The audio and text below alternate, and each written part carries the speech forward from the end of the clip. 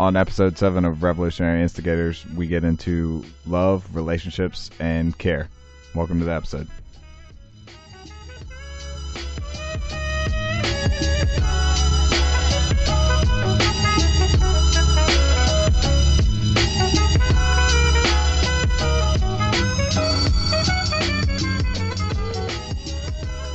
Man, does it get any groovier? We found it. It took a while. You know, but at the end, we found it. That's all that matters. Dude, I don't know why people sleep on JID. Well, I do know. It's because of his voice. But I was... He sounds like...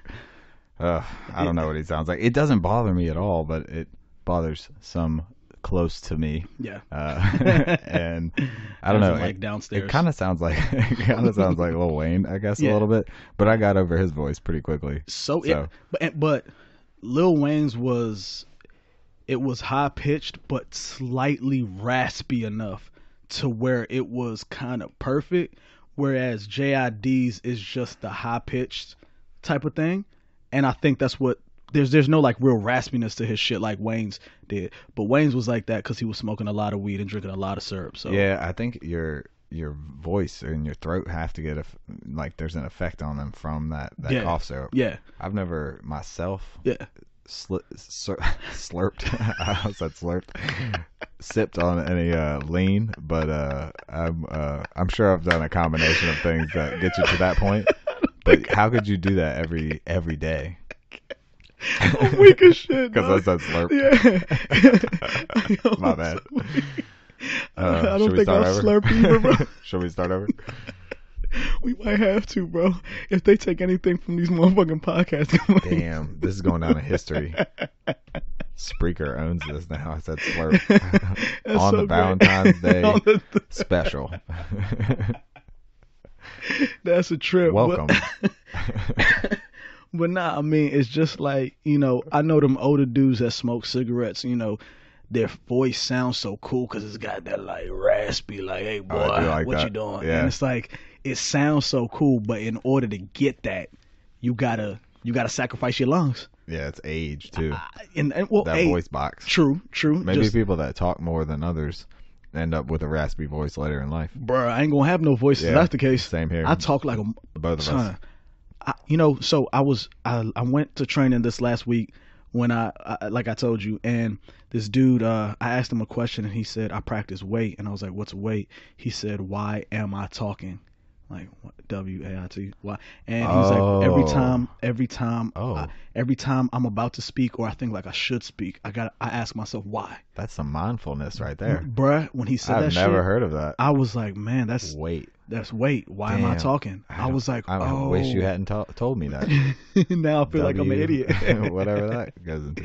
And I was like, it was a pretty good point of like, and it made me think about everything I have said, I am saying, what is the purpose behind it? And I think whatever you're doing, as long as it's righteous, you should do it. As long as where it comes from is fundamental to whatever you believe, go for it. Now, if you're doing it for some sort of ulterior motives and like breaking microphones, fuck. Damn. There we go. Yeah, there we go. It's back in. It's back in. But like when you're doing things for ulterior motives, or you're doing it for purposes that you are not voicing. So you're voicing, I'm doing it for X, and you're really doing it for Y. Then you should shut the fuck up. You should, or just say you're doing it for Y. But as long as you're saying I'm speaking because of X, and that's truly how you think and believe, go for it. I don't care what it is. You could be, man, even if you're a fucking like freedom of speech. Yeah, man. If you're, and this is gonna be controversial, but whatever. But these Islamic terrorists, it's like if you're gonna do that because that's fundamentally, and not even use terrorists. Let me do like whatever extremist you are. If you're doing it because it's exactly what you believe in, and it's not because somebody has convinced you this is what you should believe in. You've done your work, you've done your research, you've done your reading, and you're like, no, I think this is what it truly is. Then it's like, I can't argue that. I can disagree with it, of course. I can say, well, I think this is where your thinking is flawed. I think this is where somebody was lying to you. But it's hard for me to argue with the logic of people like that. It's like you really believe in what you believe, and I mean to a certain extent, right? Somebody killing yourself for any cause is, I mean, you've got to really believe that shit, man. I guess. Yeah. Welcome to the Valentine's Day. I know we're supposed to be talking about love and episode. shit. Yeah. No, I mean, yeah, those folks, they have their beliefs for whatever reason, how they were raised, and just what was available to them. So I mean, you can't necessarily blame them, but you don't have to necessarily agree with them either. No, you don't have to agree with them. No, necessarily about it. Yeah, I would hope you don't. But and I mean that kind of parlays into love, because I mean you got to believe in it to act upon it, right? Yeah, I was trying to think of a segue while you were going into that. I was like, how do we make this go into love? I hope Ray has an idea. No, I mean, but yeah, some people believe in it, some people don't. I think it's I mean, there's different forms of it too. Some people believe in the love at first sight thing, or I don't know, just different types of relationships. Some people believe in long distance relationships. Some people don't. You know, there's just different. You can get granular or stay in that 50,000 foot view. Yeah, it's, I mean, love. I mean, and then you also got to ask yourself is, if you believe in love at first sight, couldn't you argue that that's enough to make it true? Right? Like the fact that I believe in it. Yeah, I mean, because if you believe in it, it probably happened to you. Or you saw too many fucking movies, maybe romantic comedies of a sort. See, we fucking did it. We're did here. It. We got here. We got into our topic. I would never lead anybody astray. I would never. We did it. Fuck yeah. But no, I mean, so you know, as we were talking about before the podcast started, is one thing that really intrigues me is how it's so easy to talk about the faults that men bring into relationships. It's so, I don't know why it's easier. Maybe because we can take more, and I don't know why we're the subject of because we need less in a relationship in the terms of like the traditional emotional sense of what a relationship is. We need less than our counterparts normally. Typically, yeah. You know, I've thought about this, and I think I've brought this up with friends of mine, but I mean, gay guys might have it made, really, because they broke the system. Yeah, they broke the system. Just chilling, just two dudes hanging out. They broke the system, bro. Let's go watch football, dude. Yeah, like, I'll do it. That's how it works. And it's like, there's actually an Always Sunny episode where I think Frank and Charlie married each other to get the benefits that a married couple gets, and it's like, oh shit, we're just gonna be friends. That works out. Word. It's like, I think it's funny because most guys say it's like, I'm looking for a woman who's the man version of me. You know what I'm saying? I'm looking for a woman who possesses the same traits I find in my friends. A woman who wants to watch football, who wants to just sit around in her sweatpants all day. And it's like, I might be jumping out of a ledge here, but like a lot of dudes, if they had the ability to be gay, would be gay. It's like, oh, you mean I could just kick it with the homie?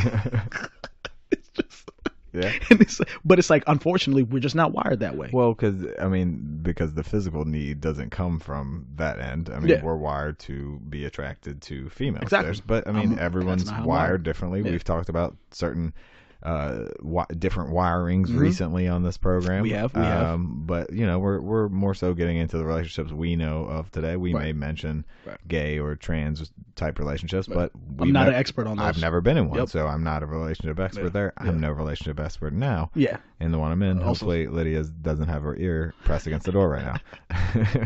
I'm not a relationship expert in the least bit. And I'm an expert in what I've been through. And how I try to think about it is since this human experience is so similar, I feel like everyone has a right to talk about their experiences and extrapolate it to the greater public, because everybody has been pretty much through what everybody else has been through. Everyone feels the same hurt, heartbreak, jealousy, frustrations for the most part. So I can say, if I am going through this in my relationship, it's safe to assume that there's a bunch of people going through the exact same thing. And so I was saying, I was, asking, like, why is it that men get so much of the brunt? Because I was going to talk about, like, pornography. Like, we get shit on for how much porn we watch and how it sets unrealistic expectations for us. Yeah, just a societal norm. Yeah. That it also comes with religion, because masturbation is a just wrong, yes, according to Jesus or whoever's going to watch you do it from above. I don't know. Your grandma's going to watch you. That's what I'm telling my kids when I have them. I bet you just made a lot of people stop masturbating right there. I hope nobody's doing that while listening to us as well. I don't think that's what you meant, but that's what I pictured because you said it like that. So, I'm sorry. Yeah, that's funny. If you're masturbating, my bad, bro. I ain't mean to throw your concentration. We're definitely already going to have to rate this episode explicit. So, Spreaker, hopefully you're willing to feature an explicit relationship episode for Valentine's Day. Yeah. But no, it's so funny because we get chastised for, and I let me make sure I say that I agree that we should be chastised for it because, I think porn does set unrealistic standards and expectations to where men think certain behaviors for the most part are normal. Like you just don't stick it in somebody's ass just off the break. Like that's not how it works out in real life. Yeah. Like that's just not how it. Not in a first interaction.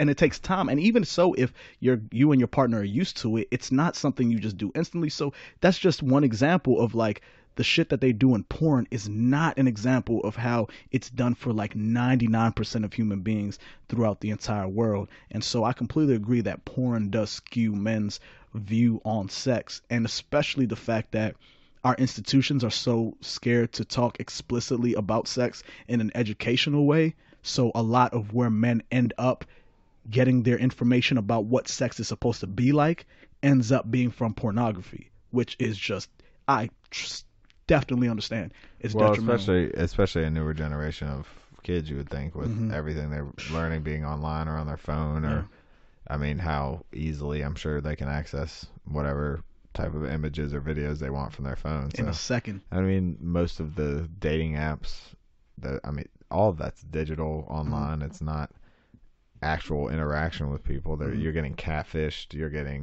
None of it's actually real interaction with human beings. Yeah. So you get into those situations and you have no fucking clue what you're doing. Yep. So hopefully, I really don't know how that goes. It almost seems like it would get worse. Because, I think so. I mean, we got sex robots out here now. Facts. We got, I don't know. There's going to be like holograms that will give you a blowjob or something eventually. I don't know. It's going to be something like that.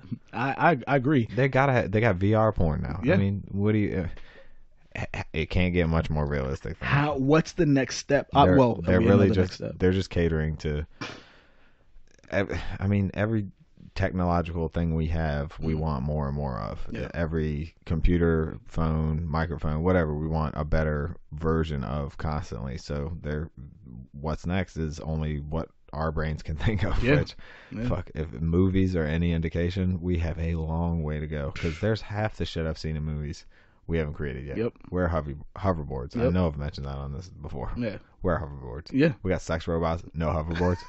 What's going on? How? And I mean, pretty much every movie from like the early 90s back, everything that was depicted in there, it has almost everything that's been depicted in there, that futuristic shit has come true today. So it's only, a lot of it has. The logical, extrapolation from that is like, shit, everything you're seeing in the movies today, you're probably going to see 10, 20, 40 years from now.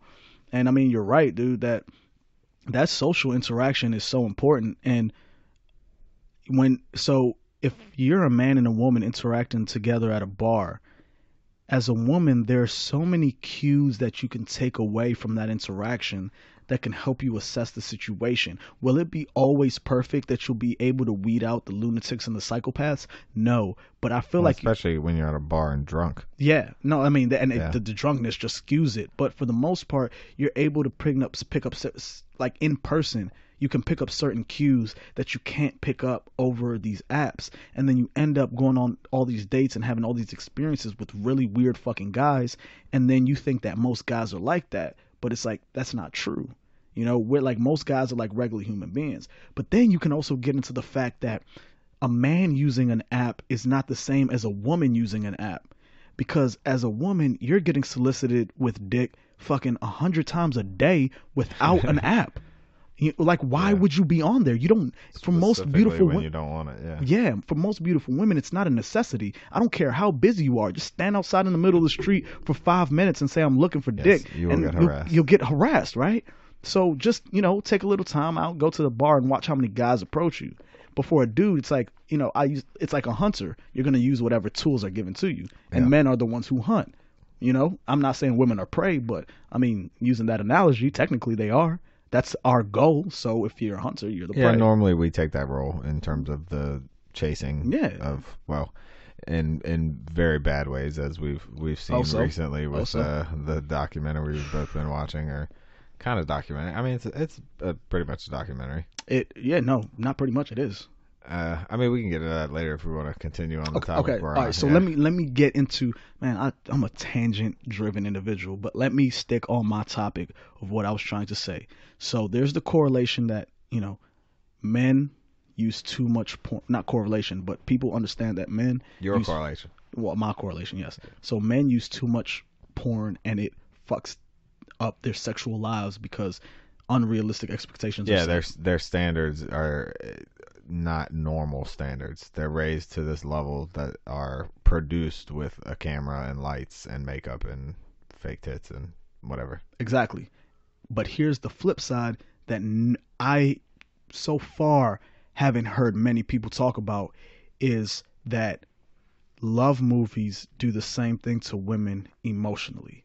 They set unrealistic ass expectations of what a relationship should look like. Yeah, in both ways though. I mean, in a good and bad way. I think Yeah. there's ones that set it in the more of in a negative light. So you have the ones that'll show the bad boyfriend or the bad husband that cheats and the stereotypical cheater, and then you have the one that shows like the stereotypical like one that comes in and saves the girl from the cheater or however it goes. But there's the two extremes definitely in those type of movies. But even in the movies where they show the realistic, like abusive, misogynistic, cheating boyfriend, he's always outplayed by that knight in shining armor. Almost always. That knight in shining armor will appear in that movie. It's very rarely that a movie ends like she was with a shitty boyfriend, now she's single for a couple years now.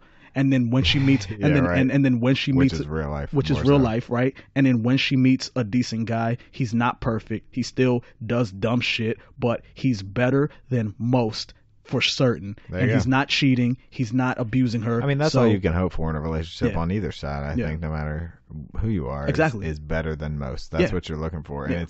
it's either better than most in your experience or better than most in people's experiences around you that you know, Yeah. or you're just better than your standards the low standards that you have for people. Yeah. So hopefully that's people take that away. Yeah, I hope so, because both men and women, what our driving forces are in relationships are being played upon by different types of media. Like as men, our desires tend to be physical and visual. So porn takes that and fucking puts it up to a 10. Women's experience emotional or relationship drivers tend to be somebody who can take care of them, has resources, and it can emotionally support them. And then love movies turn that bitch up to 10. And then so both after a guy watches porn and after a woman watches one of those romantic comedies, they both leave fucked up in the same but different way. Do you know what I mean? Yeah. It's like a I get man what you're goes trying to out say. like, I'm trying to titty fuck everybody But I think in existence, where a woman does her version of it. I agree and disagree because I think there's a line that every person chooses not to or not cross in their brain, where it's this is real and what is actually real. The movies or the porn. It's you have to be able to draw that distinction and make sure that these are the things that are going to give you the most satisfaction, the real things, and not the fake things. But you can learn things from the fake versions, but at the same time you don't want to bring those into your real relationships, I don't think, most of the time. Now there's people I'm sure that I mean, I'm not saying don't watch love movies with your significant other when they specifically ask you to, but you know, Yeah, no, okay, all right. Look, so I get what you're saying. We should be smarter individuals about the content that is put in our brain and then be able to decipher what's real and what's not. correct. And I agree with that, obviously. But it's much more difficult than that. Because, I mean, take, for example, look at advertising. We look at commercials and say, oh, that shit has no effect on me. But our spending habits clearly show that they do. So it's a lot harder to compartmentalize things in But your head than wouldn't you say that most commercials don't? Wouldn't it be a numbers game that most of them don't have an effect on you? Only certain specific ones do. It's really a numbers game with them. They're just tossing as many, like for example, ABC. They don't give a shit. I mean, well, they have standards, I'm sure, but they don't necessarily care who advertises as long as they get paid.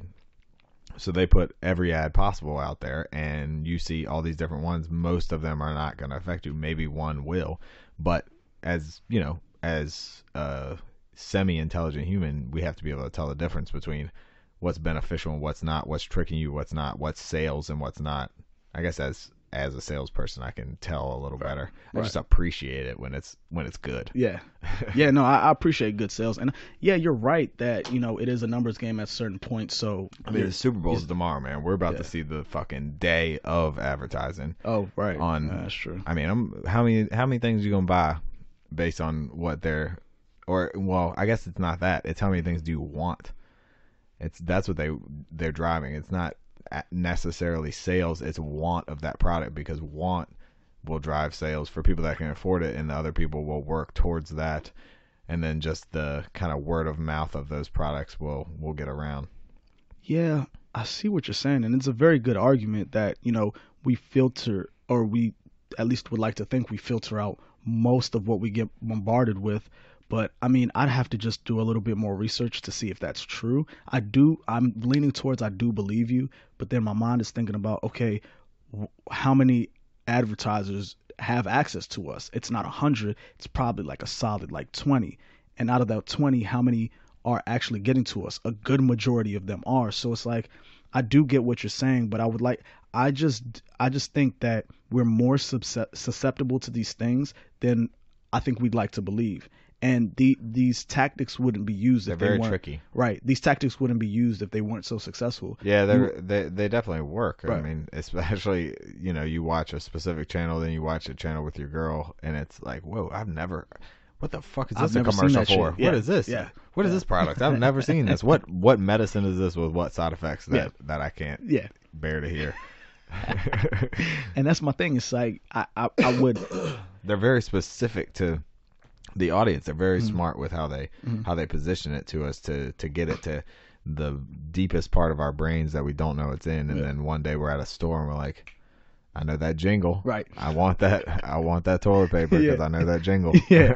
And that's the thing. It's like, what I mean, what? And then here's a question I have. I don't have any answers to it, and I'm not making any assumptions. I'm like, but why do women want flowers? Do they want flowers because they genuinely? But I know. And these are the questions I ask myself. I know you don't know. You know what? I would rather buy ones that last forever, one time, fake ones, and then you're good to go. Yeah, you can always look at them, dude. And that's my whole thing. I'm like, what? Spray some shit on them that smells good. You're good to go. No water. You're golden. They look the same as the fake ones. So why does it matter? Okay, but it's like, why do I?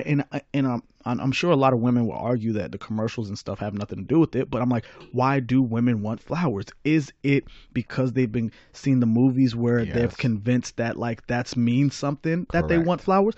And like, or why do women want rings and stuff on certain days and weddings. Stuff like why do they want that? Is it genuinely because there's this innate need for it, or have they been convinced this is what they should expect? As men, we've been convinced of many things as well that we need to do in a relationship, which is provide. I mean, and that's how it's always gone back to.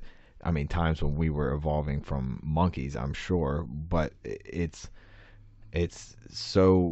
so crazy that we have our roles like that in the relationship that we're expected to do, and we don't think that these movies play a role, or these shows or these advertisements, but they definitely do.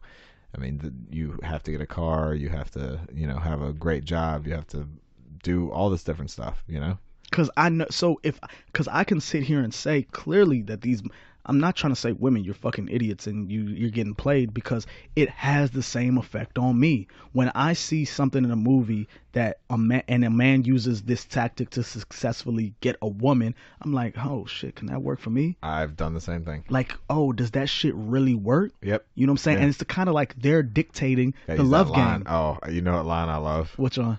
It's from Fresh Prince. You think I'm thinking about you thinking about me? I noticed you noticing me. I just want to put you on notice that I've been noticing you too. That's so good. I never use it. Dude, Never I seen used that it shit. in real life, but great line. It's so good. Still remember it. So what's the other one? Like, you must be a track star because you've been running through my mind all day. Yeah. But and that's my whole thing. I'm just, so just, and I would like to think that just like for men, if you stop watching porn, I think it would completely change eventually. Like, first it has to like get washed out of your brain. There's an entire process. Your brain has to make new connections. But I'm convinced if men stop watching porn, and for the most part, I think a lot of things would change. That the way they approach women, the way they think about women, what they want out of women would change drastically. And I want to stretch and say the same thing, that if women stopped watching love movies, I also think their expectations would be based off of things that actually happen to them. I have two good points. Go. Men, sure, they can still watch porn, but regular sex is better than sex with your hand. I would assume so. And then also, most of the acting and writing in those love movies is fucking awful. Yeah, that's so true. So get out of here. Just go watch some better shit. Just watch There's some better movies out there. And I was just telling you, I watched Unbreakable last night. That's a hidden gem. Yeah, go watch that. All right. M. Night Shyamalan. It's Shyamalan. But there's a twist. When I see most of like the movies of the year and stuff like that, are they typically love movies, or are they typically like dramas? Well, it's dramas, but they're not. It's realistic. Yeah, it's realistic more, portrayals, yes, right? Exactly. So like last year's winner was, and I still haven't seen it, but it's 3 Billboards in Ebbing, Missouri. Shit was good. And it's a girl gets raped and murdered, right? And then her mom puts up those billboards because her killer wasn't found, right? So that's not a romantic comedy type shit. But even when so-called love movies do, like Moonlight, that was it was a very challenging movie, right? It pushed people mentally and I'm to thinking what you about thought, the movie it was up against that year, which was the sing-along. Yeah. If you actually watched the movie, yes, there was singing, but the parts that weren't singing, that's all it was a drama. It was a relationship drama about people that were trying to be together and couldn't, basically. It's difficult. So it's so difficult. But it's those movies also still, I guess they give a little more realistic portrayal, but it's always bad because people are going to take the movie star thing out of a movie and of course and make it a big deal, and shows and things like that, and even, you know what I was just thinking about? I remember going to the library as a kid, and there were those like romantic novels for, I guess, moms. Yes, that's exactly who they're for. And it's the same thing. They did not. I don't think the library had like Playboys in the back for dads, but I remember the racks of novels for women, like it's romantic women's porn. novels. Yeah, and it had like what was that dude's name? Fabio. Yeah, the shirtless story. Fabio on the cover of every fucking one, and it's like you actually. I remember when I started training at CDW, and that was when the first. 50 Shades of Grey. Yep, you know what I was going to say. All right, so when the first 50 Shades of Grey came out and someone was reading it to me, and I was like, they don't talk like this in any porn I've ever seen in my life. This is the dirtiest shit I've ever read, ever. She was reading it out loud at work, and I was just like, what is this? What are y'all into on the side? Women, here's my theory. You have to give women an excuse to be dirty. Women won't be. Oh, they're on that same level for sure. Yeah, so men, like women and men are as dirty as each other, but men are just dirty for no reason. Women need the reason to be disgusting. They're I as agree. freaky as us. They want sex as bad as us, I'll put it in but a they different won't way. make it fucking. There's got to be a fucking. They have to have this like back door. You give them that back door to be fucking just ratchet, they will jump on that shit in an instant. And I like that. I'll put it in a different way. Okay. Guys just wear it on their sleeve. That's you just it. don't care. That's and it. women just, it's a secret. Yeah. It's in hiding. Because to be, is another societal norm, Yeah. is to be a lady, Yeah.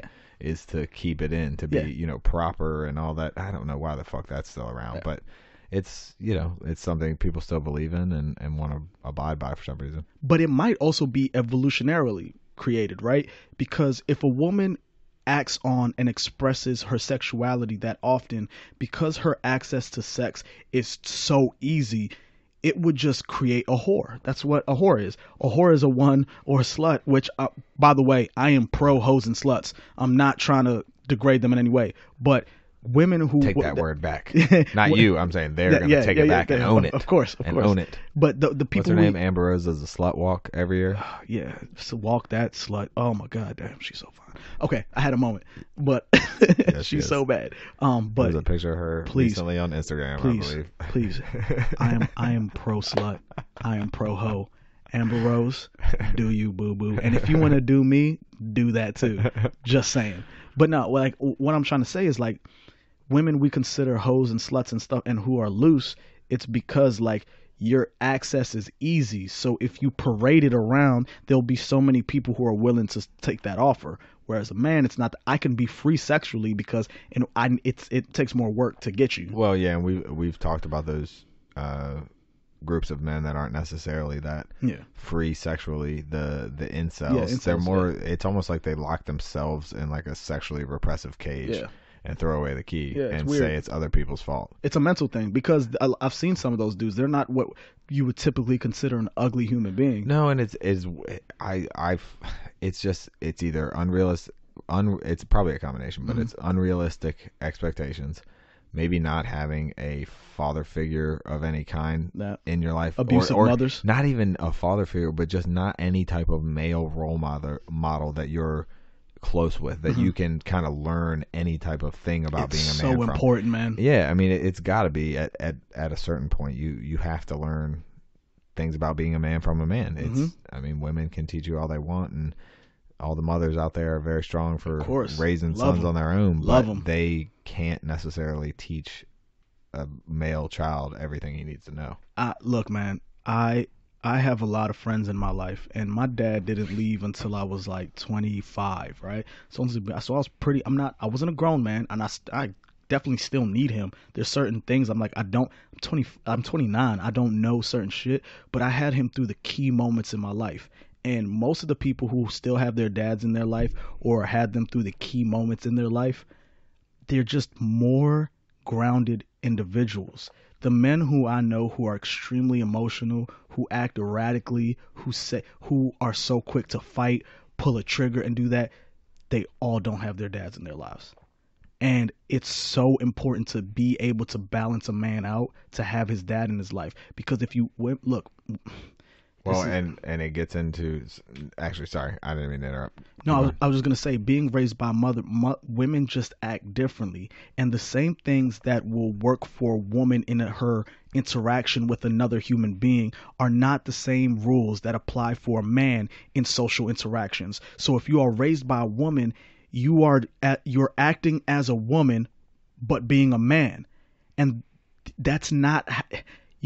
That's why things get real dicey sometimes, because you have like a man acting super emotional, where it's like, as a man, you're not supposed to do that. You're supposed to be measured and stoic. Yep. And so if you had your father in your life to teach you those lessons, that you talk softly and carry a big stick. Like, you need a man to teach you that. And again, moms, you make the world go round. I love my mom to death. I can't even imagine losing my mother, but she would sit here right now and say, there are things your dad taught you that I couldn't teach you in a million years. So I'm not trying to disparage women in any sense of the imagination. It's you just need fathers. The emotional versus physical support that women give, the emotional, men give the physical. just in natural ways. And this is one of the articles you brought up. It's that females can verbally express their emotions better than males. So it's, they, maybe that's something that men that grow up with just a mother would learn, is just how to express their emotions more. But there's so many other things physically that they're not going to learn. I mean, even just about their own body, that they're not going to learn from their mom. You got to learn it from a male figure. But the differences in those relationships between males and females, those definitely play a huge role in the raising of children, for sure. I couldn't agree more. And it says MRIs were used to examine how emotion is processed in the brains of girls and boys from the ages of 17. They found that in children, negative emotions were localized in the primitive area of the brain, the amygdala. This part of the brain has few direct connections to the language and reasoning center in the cerebral cortex, which is why it's difficult for most kids to verbally express how they feel. So just in and of itself, being a kid, it's hard to fucking express emotions. You just don't have the language necessary to be able to do that. You know what I mean? And you need adults in your life to be able to help sparse that out. And and also what having both parents in your life do is, like, if somebody's teaching you some wrong shit, the other one could be like, oh, wait, hold up. What do you mean? Yeah. What are you saying, dude? Like, no, that's wrong. And that conflict among your parents to figure out what is right, the solution, either you will gain through watching that interaction, or they'll be able to figure out the solution and impart that wisdom upon you. You just need, it just works better in life where, like, something like this, you need somebody to bounce ideas off, to sharpen your ideas. Mm-hmm. Because sure, do I think I have thought about certain things a lot? Yeah. And I have some pretty good conclusions. Sure. But talking to you, man, sometimes I leave this podcast and I'm just like, damn, I need to hone in on that. Yeah. Yeah. And figure out what I really mean and parse this out. Because without that, it's like you need another person to figure out if you're crazy or not. Right? Understood. Don't you? Because if I sit in my room all day, well, that's probably why I got the text the other day about you were hoping that my family and friends would be safe after our podcast came out. And that, you know what, that came from, like, legitimate concern. I was walking into a meeting at work, and, like, I can check my text messages on my watch. And it came in, and it was so long that I couldn't check it on my watch. Even when I opened it, it was like, nah, you got to go into the phone to look at the rest of it. No. And I just read a little bit of it, and I was just laughing to myself because I couldn't respond at the time. And I was just like, he's hilarious. Like, just like, I don't care what we talk about. That's what this is. It's free, free speech. Free. Our mouths are free. Yes, and I'm a firm believer in that. And even though I sent that text, it's not gonna change how I didn't call you out. Yeah, no, dude. I was actually thinking about bringing that up. And even though I did express that, I didn't. It's not gonna change how I think, feel, or talk on this podcast. But I simply said that because I have read so many articles and done so much research on people who have expressed thoughts and feelings similar to us in private spaces, and somebody has figured it out, went to their bosses at work, and ruined their fucking lives. Oh, and I specifically don't want anyone to know at work that I'm doing this. And it's weird because I know we've talked about on this before, trying not to get close with people at work. But like you said, you went out with some people from work. I have talked to people a little more at work as the year 2019 has gone on just for a month. But it's I don't want them to know about this. I mean, I'm just getting around to telling people we're doing this now, that I think it's something that we might be good at and could get out there to the public and is produced in a way that works for people to listen to. So it's it's definitely not something I want people bringing to my bosses, but exactly, it all depends on who your boss is too.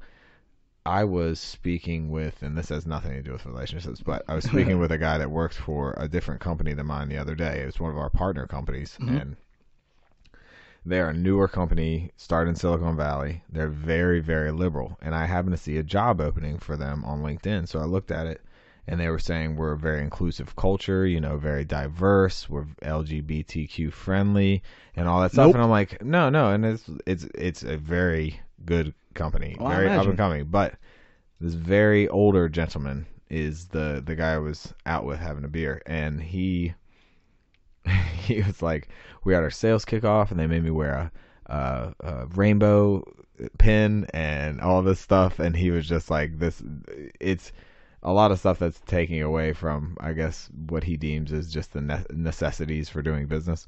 But it was just funny to see his old school view on things, and how things are kind of changing now, especially with that company being from Silicon Valley, and very liberal.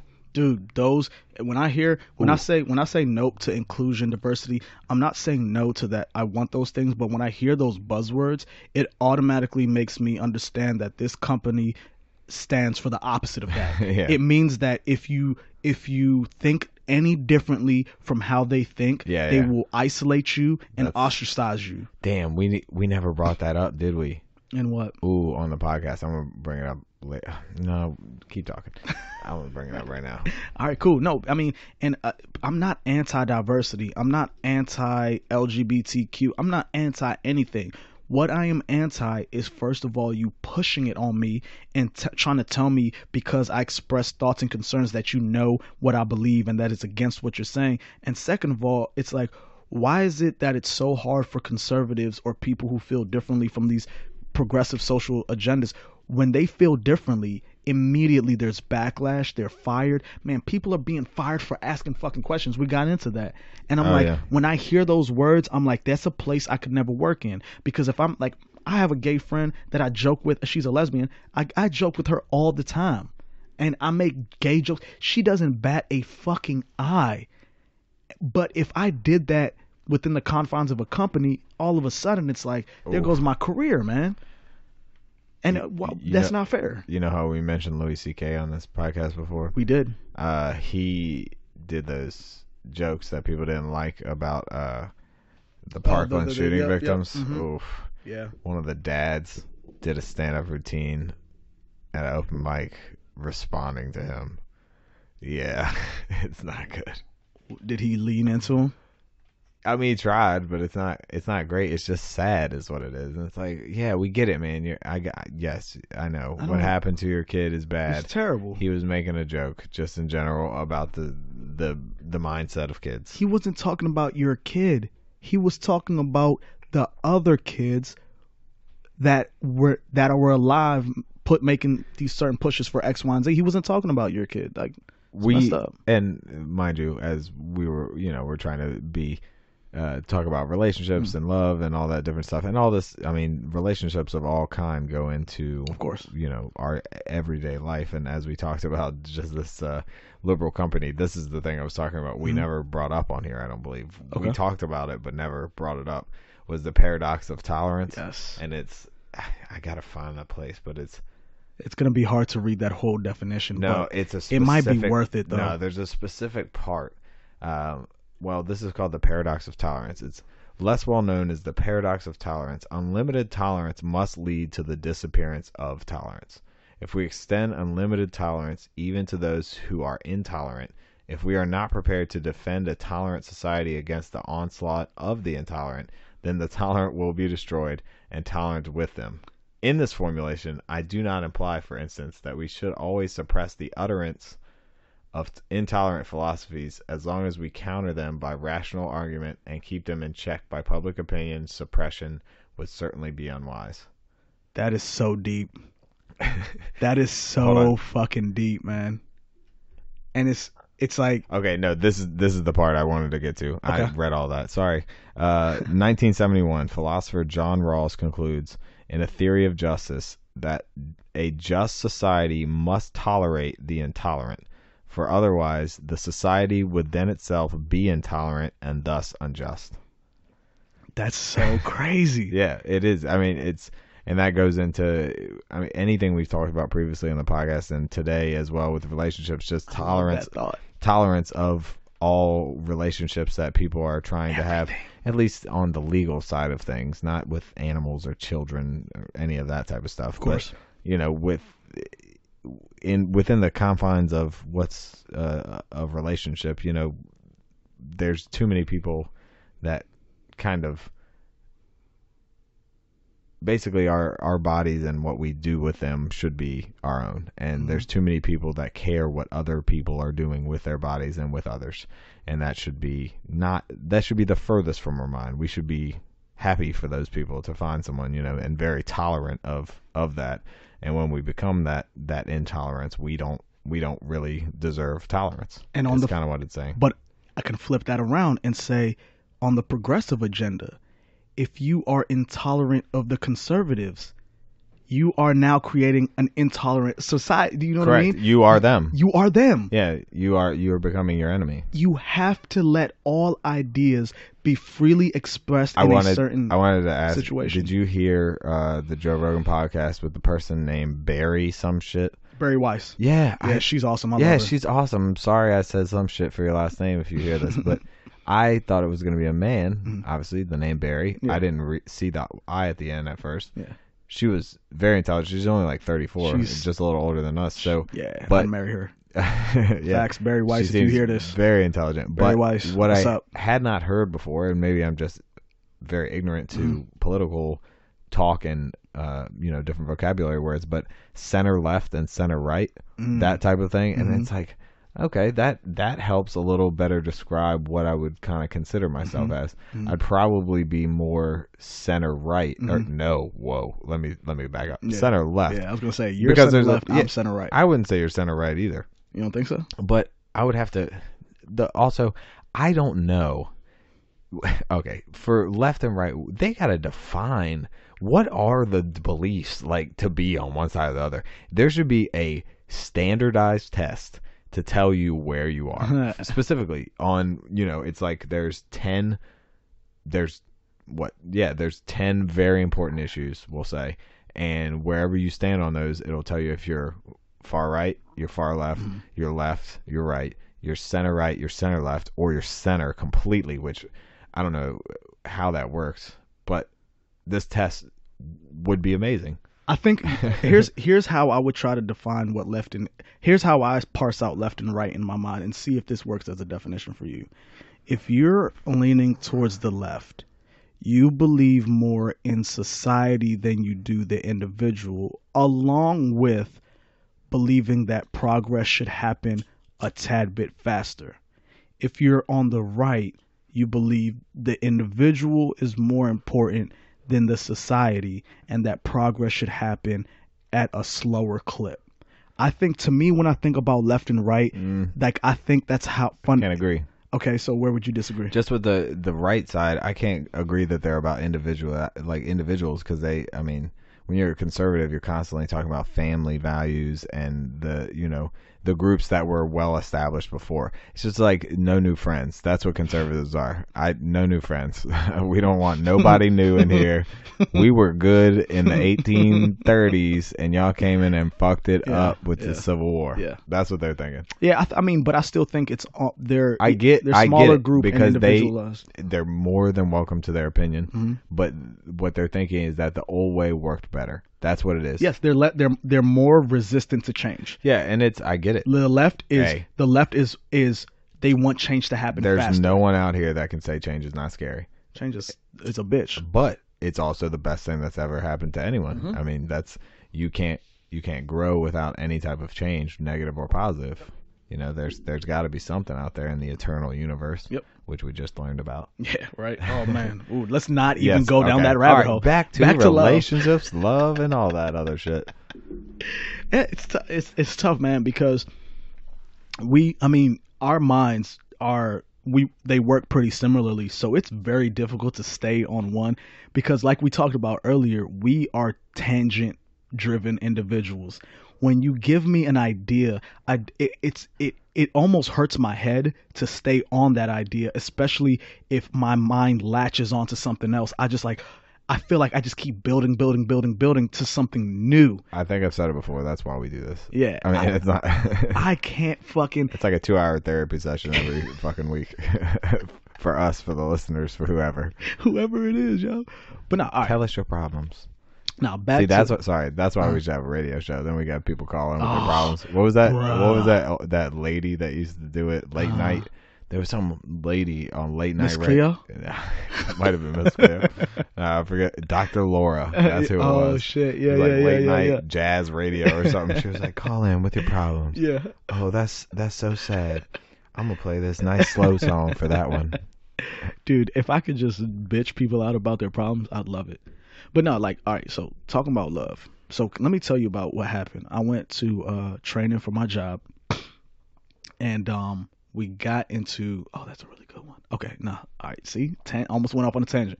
But I was talking to this group, and one of the girls who had come to the training had recently, actually the day before she got to the training, or the weekend before, had broken up with her boyfriend. First longtime boyfriend, first love.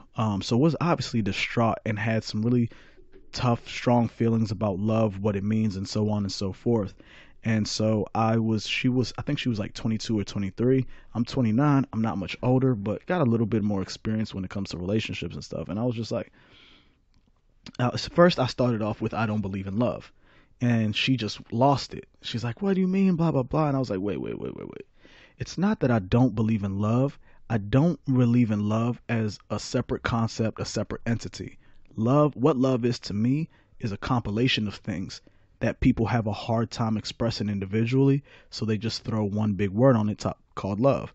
Because to me, love is attractiveness, love is communication, love is trust, love is respect, love is compromise, love is all of those things, and all of those things that it's hard to list off on a daily basis, we call love. But my beef with love is we forget that it is a compilation of things and act as if it's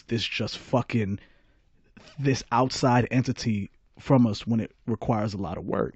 And I was just telling them, like, yo, my love is conditional. I do not have unconditional love.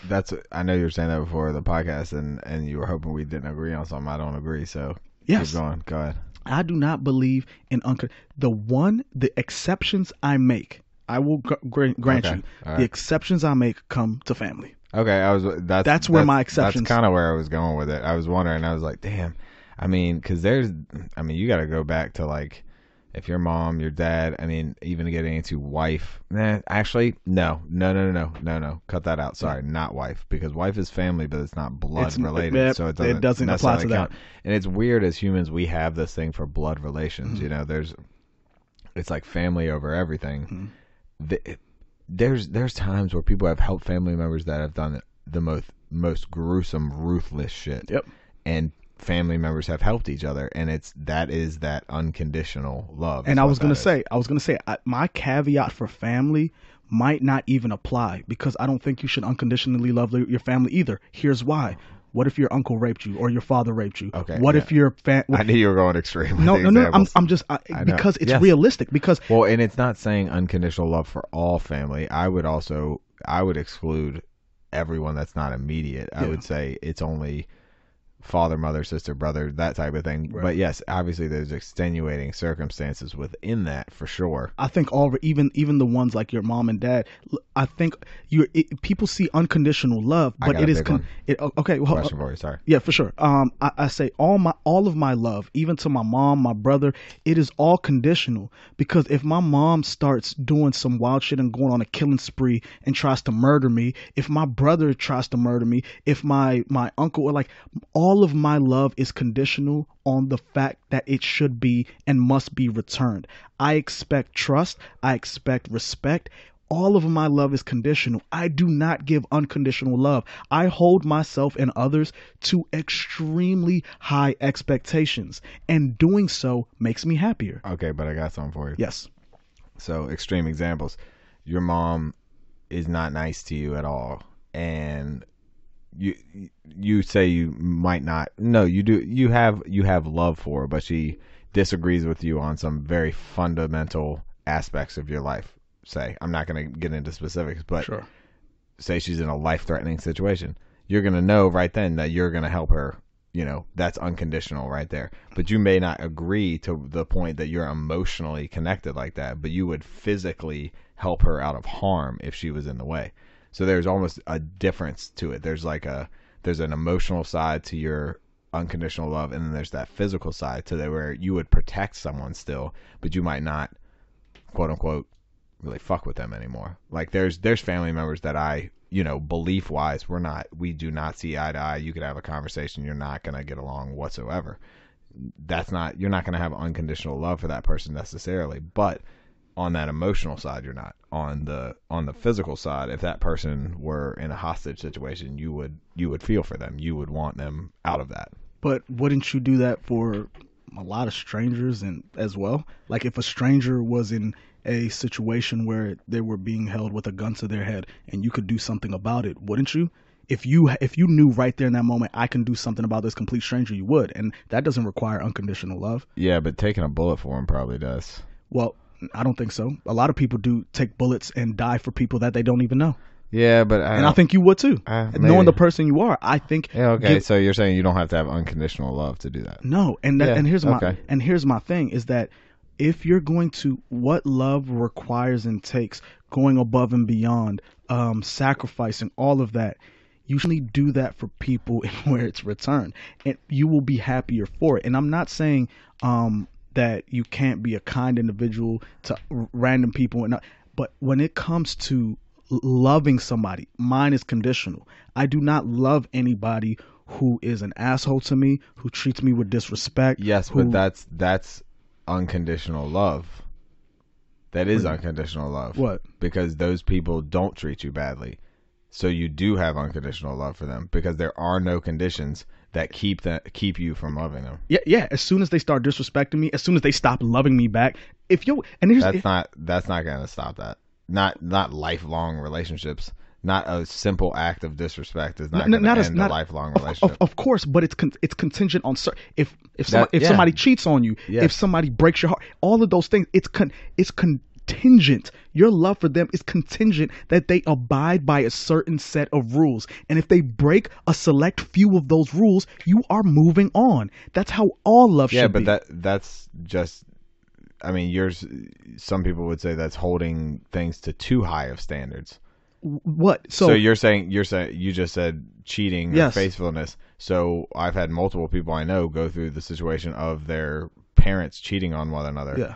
They still have relationships with both parents. Yeah. Whether one of them committed the cheating, the other one didn't. Yeah. They have unconditional love for those parents.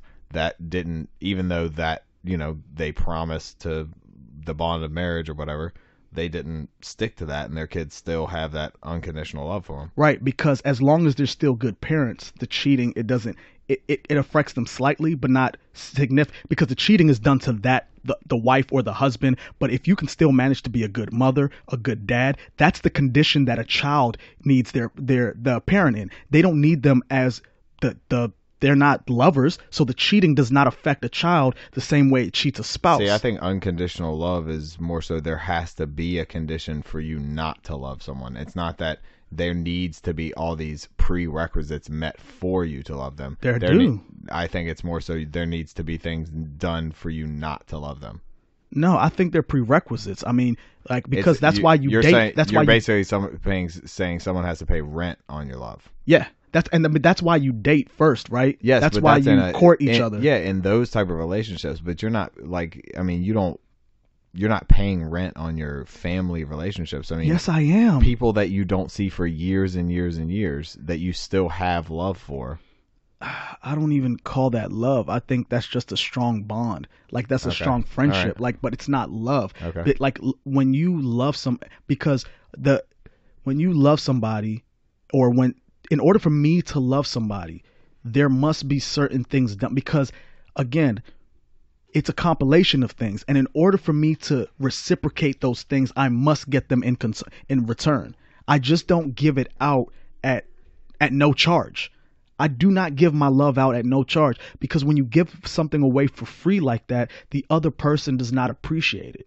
That's my whole point. So everybody's love should 100% be conditional. That you will not give it in return if you do not get it. What's the saying? I feel that way about respect. I was gonna say, why do we feel that way about respect, but we don't feel that way about love? Because we understand how important, even trust. You feel the same way. No, I'll give you the exact reason. Because people love in different ways. Because people respect each other in different ways. No, that's a general thing. You either you can tell when someone's being being disrespectful or not. There's different ways, multiple different ways for someone to show their love to one another without someone actually even knowing that that's them showing their love. But there's Have you ever heard of the love languages? Of course. Okay, that's exactly what I'm talking about. There's different ways that people express it that don't even mesh together, that aren't even So the same is not true about respect?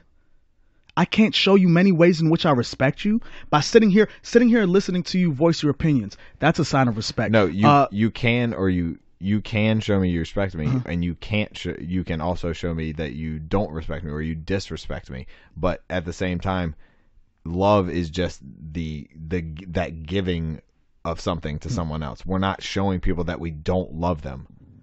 That's not, you don't go out of your way to show someone that you do not love them. Yes, you do. In what way? So, look, okay, if you cheat on somebody, that's not going out of your way to show them that you don't love them? No. How? That's not, people that are cheating aren't doing it on purpose. They are trying to not get caught. They're doing it on accident. They're trying to not get caught. They're not getting caught on purpose. They're not trying to show anyone anything with that. Okay. Okay. It's too much effort to show love. It's a lot of effort. It is a lot of effort for everyone to show love. It takes up a lot of everyone's life. To not show love to someone, to show hate for someone, that is very difficult to do, I would say, on a consistent basis. Disrespect is a completely different thing. I give disrespect to people I don't fucking understand or care about their opinions all the fucking time. I'm sure everyone does. Just in terms of disrespect, maybe not in person to someone, but you don't give their opinion any type of respect. But I don't see you hating someone just like that out of nowhere. But I see all these different ways that people give love to one another, and they don't come across in that way to everyone. So what I'm saying is that you might not know that someone has that feeling for you, or that I don't know, just in the way that they show it, it might not be very apparent to one another. So it's very hard to say that it's conditional or not. Okay, I see what you're saying, but I still lean towards the side of you should not give anything away that is that important without a down payment. That is my entire thesis, that if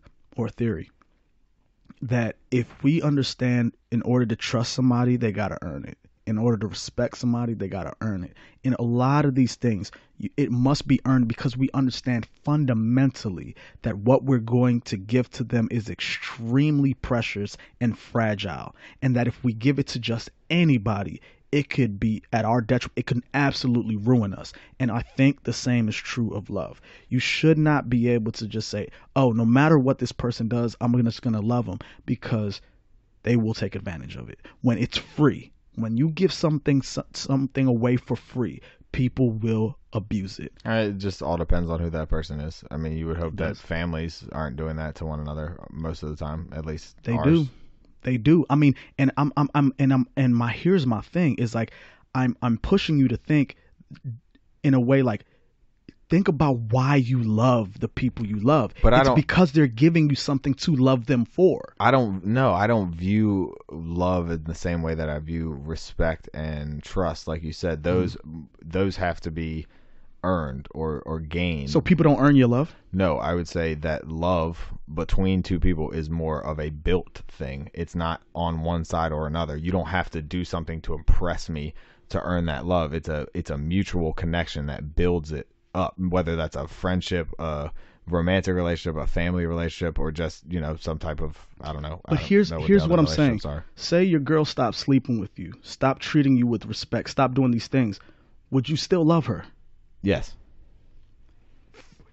Briefly. I'm not saying it's something that you just turn on and off. If I'm making that sound that way, then I apologize. I hope that's not how it's coming across. I'm not saying you can shut on love Monday, shut it off Tuesday. I'm not. But eventually, if they follow these certain patterns and behaviors, you would grow apart in a relationship, for sure. You would cease to love them. And I'm saying, just like it takes time to build up that love, build up that trust, it must be maintained at a consistent enough clip to where it can be sustained. Otherwise, if you do not adhere to these certain agreements that we have, and this is why you get to know people before you date them. This is why you have tough conversations, so you know where you stand on certain things. Like, hey, I need words of affirmation. I need what's the service thing. I need you to do things for me. These are the things I need in order to feel loved. If you, and I'm telling you this now, because if you don't do them, I'm not gonna love you. Yeah, but that's just romantic love. That's just you being in a relationship with another person directly. I can extend that to your parents as well. But we're not even, or your brother or your sister. I can extend that to anybody in your life. Yeah, but now that I'm thinking about it, even aunts, uncles, I have a shit ton of those that I love, and unconditionally, because they've never done anything for me to get anything out of that. But it doesn't matter in any way, shape, or form. And there's a lot of people that aren't in a position to give you necessarily what you can give them. I would say that is not love, though. I would say that is just a strong familial bond, but I would not call it love. There needs to be another word for that. That's just your definition of love. Then that can be described in so many different ways. Well, yeah, that's true. But I think so. Yeah, an uncle because so you love your uncle and you love your mom. Is it the same? No, not at all. But, so that's why there needs to be something different. Yeah, but that's not the same between the love I have for my dog or for my girlfriend or for you, for anybody. Like it's not the same. I agree, but that's why I'm saying that there needs to be a way that the word love is parsed out. And that's my beef I have with it, because there are many different relationships and many different emotions and standards that apply to interactions between human beings that are not necessarily love, but they feel close to it, and we just call them love. I just think that, which is why I was telling the girl at the training that I was talking about, I was like, I don't tell people I love them without saying why, because to me it's just empty. And I don't remember, I told you my thing is words of affirmation. If you tell me you love me, you got to be like, I love you because, like, yo, you did this for me, blah blah blah. Then it resonates with me. But if you just say you love me, I'm just like, I don't know what the fuck that means. I just feel like people throw it away, and that's why I need that's why I have such a beef with the word love, because it's not a thing. There's too many variations of it to be one thing. There needs to be something done to say we got to, especially like in my relation, I try to say there got to be something else used in us to appropriately demonstrate how we feel about each other. Well, because there's two different aspects of those languages. It's like one is how you give it out. It's like what language you speak. I'm just saying, English and Spanish. Say you spoke in English, but you understood Spanish only. That would be weird as fuck. Yeah. But it would also be weird as fuck in a relationship if you only gave out like the service aspect, like you only did those type of things, but you only felt in I don't know what the fucking love languages are, but in a I don't know, a physical way, like or in an emotional way, you only felt in a certain way. Then it's you're right. There's so many different ways to look at that word love that it's too many. Yeah, it doesn't need to be used. It's not. And that's my thing. It's like when we use it so freely like that.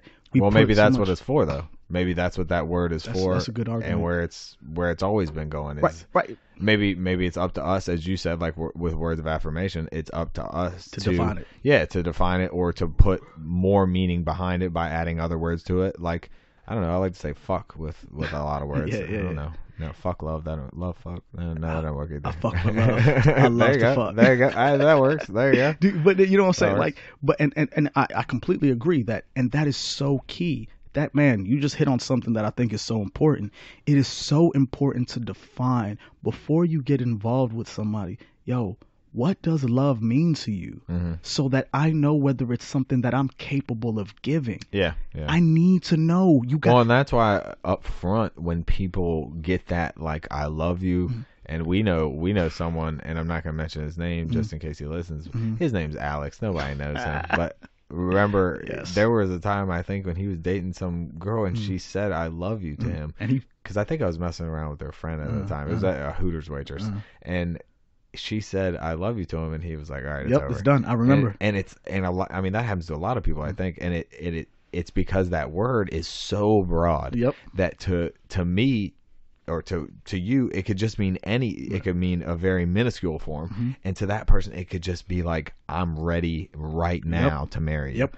I know someone from back home in Richmond that specifically told us as a friend group that they were going to marry someone when they started dating them. Like, immediately said that.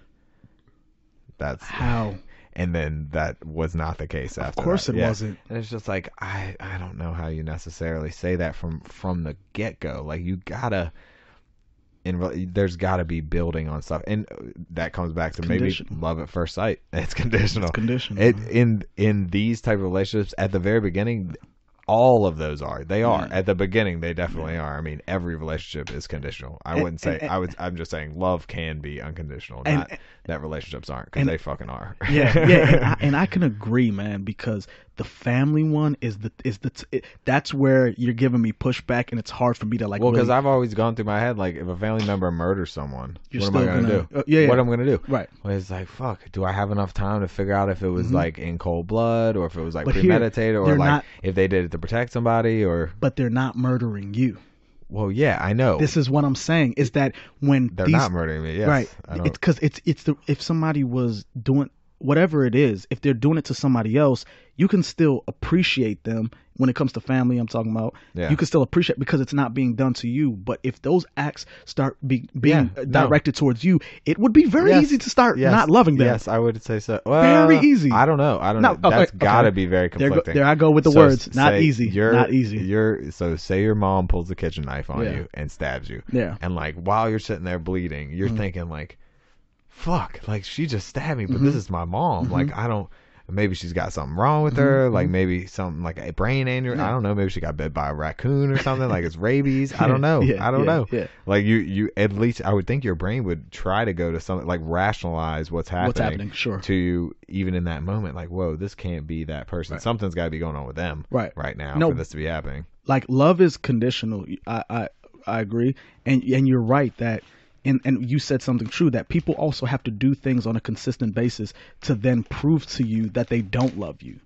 Because if you and say an ex-girlfriend, like, you guys loved each other, and then you guys both had to do things consistently to each other to then not love each other. So it's not, I don't want to make it seem as these are one-time things. It's like you love somebody today and then don't love somebody tomorrow. Patterns of behavior happen over time to make people either fall into and fall out of love. But that is just it. They are patterns of behavior. There have to be things done on a consistent basis. So it's conditional. Like, you made it feels unconditional because we don't want to think about the bad shit that could happen. Conditions. Yes. But if those conditions do apply, you will stop loving this person. So, and I think people get into a real sticky situation when they say to somebody, I love you unconditionally, because all of a sudden it's like, yo, I got the green light. I can do anything, and this person will still love me. Well, it's all a matter of how you look at it too, because as I said, I look at it as it's unconditional because there are no conditions currently that have an effect for it not to be. But if you're saying it's unconditional currently, it's conditional under these current conditions. Yes, but those are the conditions we live under. That's your life. Right. That's real life. But it doesn't make something unconditional, though. Yes, it does. For this time, yes, it does. But it's conditional on this moment. These conditions that we're under right now. This is gonna get deep. Correct? Okay. Yeah. That we're under right now, these conditions, it's unconditional. Yes. Once parameters are expressed, it's conditional. No, right? No. Yes. Negative ones that would take you out of loving someone, but that's not expressed. Yeah. Those aren't expressed. Positive parameters, negative parameters, that's what conditions mean. You have to stay within these guidelines, whether these are positive guidelines or negative guidelines. I'm saying those whether don't it's this exist. moment or they don't exist in this moment, sure. When they don't at all. What do you mean? You're just waiting for something bad to happen. I'm not waiting for something bad to happen, but bad things, these certain bad things, if they do happen, my love for you will then begin to diminish. So do not Yeah, do but them. that list has got to be very fucking short. But it's still a list. There are things that people will do to you, But there's which you people shouldn't that love don't them. have lists, is And what I'm they're- saying. And they're fucking idiots. That's Okay, what I'm so saying. then we got to the root of it. It's your opinion. It's not a fact. It can be unconditional then because people Oh. don't have lists. Oh, okay. All right. So let me clarify. Yes, you can have absolutely you can have unconditional love. If I was saying that you couldn't, I was saying you shouldn't. Mine is conditional under all circumstances. Yes, a lot of people give unconditional love, and I'm making the argument that fucking stop it. You're making it too easy to get played. Yeah, but I was never trying to say otherwise. But you speak in these huge, crazy generalizations that it's going to be like someone's going to stab you, or someone's going to murder you, or someone's going to cheat on you, or all these things that most likely aren't going to happen to you. Why cheating? Why like in a census done by the Census Bureau, like a good majority of people are, especially men, have cheated on their significant other. I don't think that the Census Bureau does a poll on people cheating. It might have not been the Census Bureau, but you can look up statistics of people cheating on their spouse. I guarantee you, it's particularly high. So to say that that's something that's not a good chance of happening, it is. And look, I'm not trying to tell people to dwell on the negative things. That is not the case that I'm making. But what I'm saying is you have to be realistic in things. That your wife can leave you. Your house can burn down. This shit can happen. The fact that you're in a good moment is conditional on the fact that things are good right now. The chance your wife leaves you for not a good reason, or the chance your house burns down for a non-love related reason are pretty slim. Though they may be. You cannot live life under the assumption that bad things are maybe not going to happen. You can't. That would be a crazy way of living. You do a lot of the things that you do based on the assumption that bad things can happen. Look, you wear a seatbelt. Why? You put a helmet on when you get on a motorcycle. Why? You have gone driving a long time. You haven't gotten in a very serious argument thus yet. Fuck it. Don't wear your seatbelt. Ride down the road with your windows open. Go 80 miles an hour when it's snowing. You haven't crashed and died yet. What? It probably is not going to happen. So fuck it. Right? You can't operate that way. You have to operate on the assumption that terrible fucking things can happen in relationships and otherwise. And you have to prepare I don't think that's a way to accordingly. live, though. You have to operate on the assumption that what you chose, that your choices and you in your relationship are good. That they're not going to go in those ways, that those conditions don't exist because you have properly prepared and gotten into a strong, good relationship, and you are fine with how that is going. You can be confident in the choices you make all the time, but you could still be wrong, man. That happens all of the time. People get with individuals that they think, man, this is a great human being. They've all these things, and they still end up being wrong. It happens a lot, and it doesn't make you an idiot or a bad person. It doesn't make you, it doesn't make you stupid, but the fact remains that you can feel very confident and strong in your choices and end up being wrong. And I'm not saying that get into a relationship and then be thinking about all the time, yo, this bitch might cheat on me or da-da-da. I'm not saying that, but you have a fundamental understanding that if this person starts to exhibit these behaviors, then look, so you're saying bad things happen, and you have to know when to be able to see those. Yeah. That's everybody. That's every day with everybody. But that's the point I'm making. It applies to love too. Like, look, do not love somebody unconditional because it will blind you to those signs that you need to see. It will blind you to those patterns of behavior of when somebody is doing something fucked up. And I'm saying when you love somebody conditionally and say, these are the things I need you to adhere to in order for me to understand you love me, when they start deviating, you can call them out. Like, yo, you know this. You know this how I feel loved. You're straying from the path. What's up? Talk to me. And that's my point. You must make it very explicit about what happiness and love and all of that means to you in your own words. There is no general thing called love. It is 100% subjective. Well, I mean, I guess you could make the argument because we like all the same love movies and a lot of the same. It's subjective to a degree, but objective to a degree also. You know, those two things can happen. But still, you have to be aware.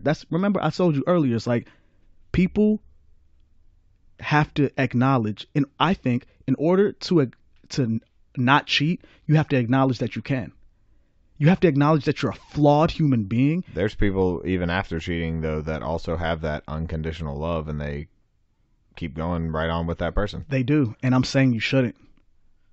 But that's on an individual basis. You're telling people how their relationship should be. I'm not telling them how their relationship should be. I'm just saying, based on my experience, what makes me happy and what I feel like would help get what I feel like. This is just me, a feeling. I feel like people would have better experiences within their relationships if they made their love conditional, if they were extremely selective, if they were extremely stringent on their expectations, and they do not settle for mediocrity. They would be happier. That's all I'm saying. I'm not saying that look, people do it otherwise and love unconditionally, but I just think they get lucky. That's my feeling. But I think in every other situation, these are my standards, man. And if you fuck up on any of this, yes, I will not love you. Yes. Understand that. So you keep doing those fucking things. That's how I operate, man. And for me, it has worked effectively. And when I hear other people talk about their relationships who do say they love unconditionally, I hear them speak and I'm like, you just gave me a bunch of conditions under which you love them. If that person stopped having sex with you, you would not love them. You're trying to pick and choose so that you can argue about it though with people. That's what you're doing. You're saying that these are conditions that you're setting forth that make love conditional or not. That's just up to you though. That's not. How can you want that for other people? I don't ever go out and want to tell other people how to view their relationship whatsoever. I'm not trying to tell people to have unconditional love. I'm not trying to tell them to have conditional love. I think that every single one is different. Just like you said, the definition of love is different. There's no possible way that we should be trying to tell people how to live their relationships, how to love conditionally, unconditionally. And just like you said, it's specifically with family, you can't say that you can't love unconditionally. You can't do that. You're talking about in your romantic relationship specifically. That's what you need to get across. That's what you're talking about. Because within family, it doesn't exist. It does. And I'm saying that if your parents, if your siblings, if they do things to you that under your parameters that you set require that you don't love them, you should have every right to not love them. People's families do some very fucked up shit to them. That's just like saying people got feelings, people got opinions. That's what you're saying. But here's what I'm saying. When it comes to family, they're like, oh, you gotta love your family unconditionally. And I'm saying no, that for a lot of people, you should set conditions under which you should love your family, because these are people in your life. You didn't get to choose them. That wasn't your choice. So if they're treating you unfairly, if they're treating you like shit, set conditions. They don't meet those conditions, fucking leave, man. You're not obligated. And that's all I'm trying to say is that, like, you're right. As family, you're not obligated to support those people within your family? No, you're not. Not at all? I understand. When it comes to parents and children, like, yeah, okay, cool. But if you're a child and you are getting abused or anything by your parents, man, you should be able to get the fuck out of there. Well, yeah, of course I agree with that. All this is common sense stuff. You're not digging into anything that's putting off a light bulb in my head. This is all just if someone does something to physically, sexually, or emotionally harm you, get out of there. No fucking shit, man. Yes. That's what we do. Right. That's what, as people, no one likes that. Of course. And I'm using these high level ones to say you can keep coming down if somebody's disrespecting you, and it could be minutia. You look, see what happens a lot of the time says somebody's not raping me, so I guess it's not that bad. Somebody's not molesting me, so I guess it's not that bad. And I'm saying that no, those things cannot be happening, and you still are not obligated to love somebody unconditionally. So you're looking for the perfect relationship. I'm not saying look for the perfect relationship either. Because it seems it's not about compromise. What you're saying is more about, these are what I need, do these. Yes. That's not compromise, though. Okay. Whatsoever. So that's a little too broad, but for the most part, that's kind of how I feel. It's like, look, I have been through enough relationships and circumstances to where I know what makes me happy and I know what makes me unhappy. Here are a few, and I'm not saying that list should be 20 things long. Here are two or three things that for me in a relationship, these are my do's. Here are three things that are there are three things that are my do's. Here are three things that are my don'ts.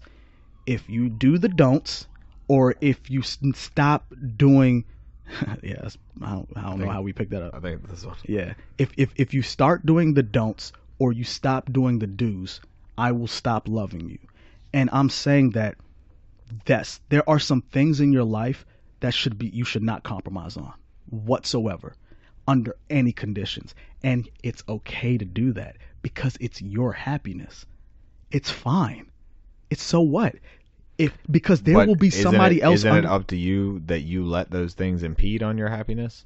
Don't you decide to be happy or not? Sure, but hopefully the idea is it's through experience. That's the whole point.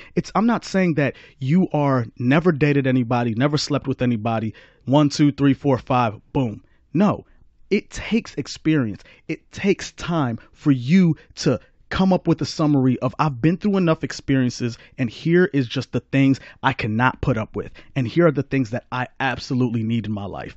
You set those standards and you do not deviate for fucking anybody. Because once you start deviating on the key things that are most important to you in your life, it will start bringing unhappiness. And I can guarantee you, with 8 billion people in this world, more than half of whom who are those of the opposite sex, being women, you will find somebody who can abide by your do's and don'ts, and you don't have to sacrifice, and you will be able to do the same for them. It's a matchup issue. Of course, it's going to take fucking time going back and forth. But what I'm saying is, yes, I'm not saying go get so nitty gritty. Yo, I need somebody who only brushes their teeth with their left hand. I'm not saying that. Heck, if you're getting into that minutia, of course you're doing things the wrong way. But then I'm also saying there should be nothing for which you have standards for. You need to be somewhere in the middle where you have absolute standards and you have taken the time to be self-aware enough to know what you can and cannot stand for within a relationship. And if anybody fucks with any of those rules, you fucking bounce. All right. That's what I'm trying to say. All right. Yeah. Sounds good. I'm pretty passionate about love, man. You know? Sounds like it. I mean, just because, like, the most important thing that you will probably ever do in your life, right, is choose somebody to spend the rest of your life with. That is going to be the biggest predictor of your lifelong happiness, is who you are with. Over 50% of people get divorced now, so or married couples. So right, that's true. And I'm saying, like, that is one of the most important. That is going to have the biggest impact on your long-term happiness. Is who you decide to spend a majority of your time with. Well, isn't that aren't those conditions set forth in every marriage, in every traditional marriage? Please explain. Till death do us part, in sickness and in health, all that shit. Those are conditions, right? Yeah. But those are all unconditional conditions if you think about them. Oh well, in sickness and in health. Yeah. So I don't care if you're sick or healthy. Yeah, that's I mean, until death do us part. Yeah. I mean, that's only if you die, and I mean, then the conditions don't really apply because you're dead. So I mean, every single time people have that traditional, I guess it's just Christian, I don't know other ones, but Christian wedding ceremony, they have those kind of conditions they set forth at the beginning that say my love is unconditional. It's kind of weird that it contradicts itself, really. Yeah, I get it. I like when people write their own more so. Me too. It's way better. Especially because that shit, like, who the fuck wants to repeat some other motherfucker's word? You get this one time, come on. And I mean, I get it because they do cover the bases, like in sickness and in health. Because they cover the bases. they cover. I mean, look. Oh, yeah. That's like, you got the Cliff Notes. Yeah. Like, I got the Cliff Notes like, for what I'm supposed to say. It covers the shit. Yeah, I love you, baby. And if you die, I don't. And hope you don't get sick.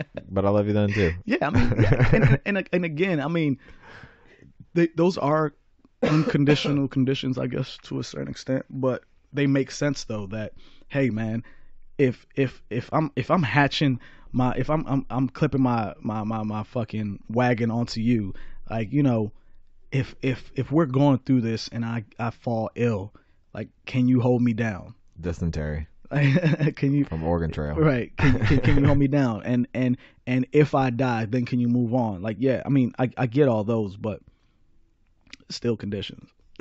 Those are conditions. They are conditions. But I also don't agree with any of those traditional conditions I don't. I of mean, the Christians. to me, I don't either. I'm starting to think of things in a different way, and especially like marriage being one of them.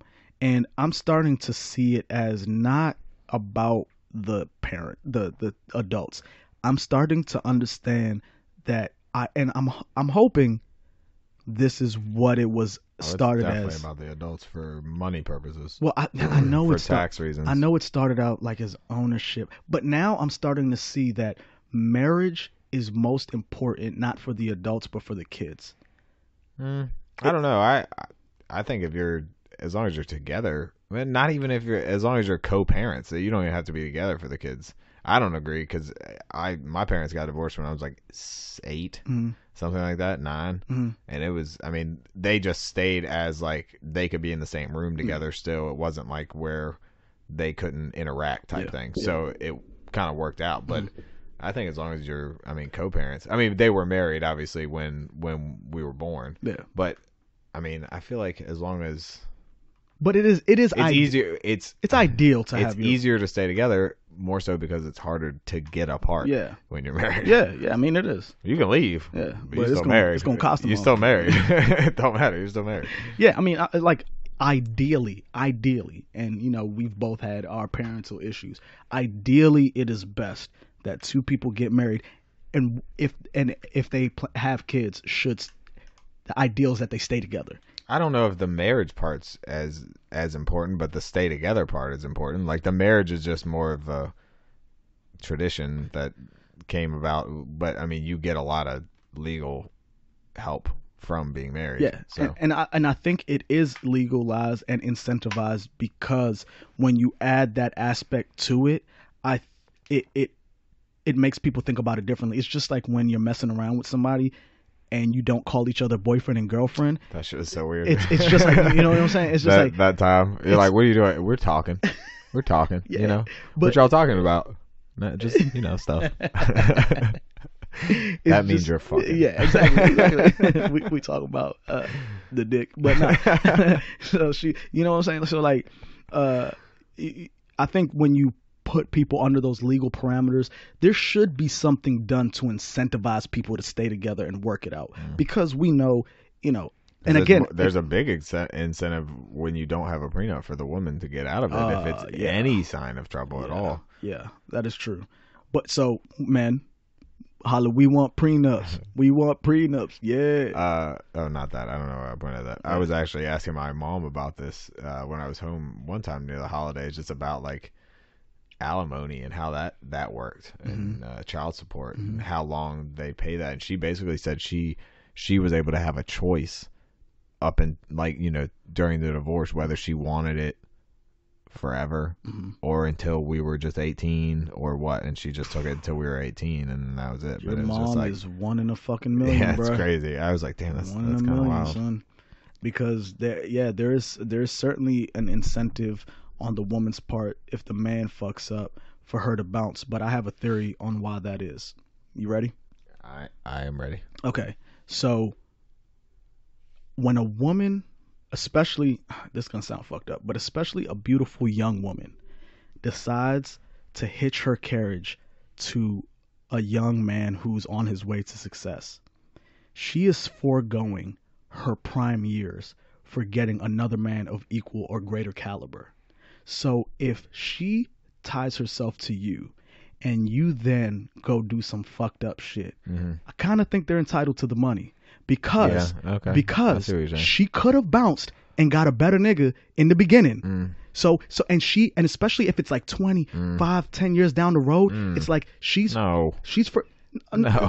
I'm just this is a thought I had. The more you're saying it, I'm like, no, this is worse. This is the thought. Terrible. Yeah, this is the thought I had. I'm like, I kind of get why it was set up that way.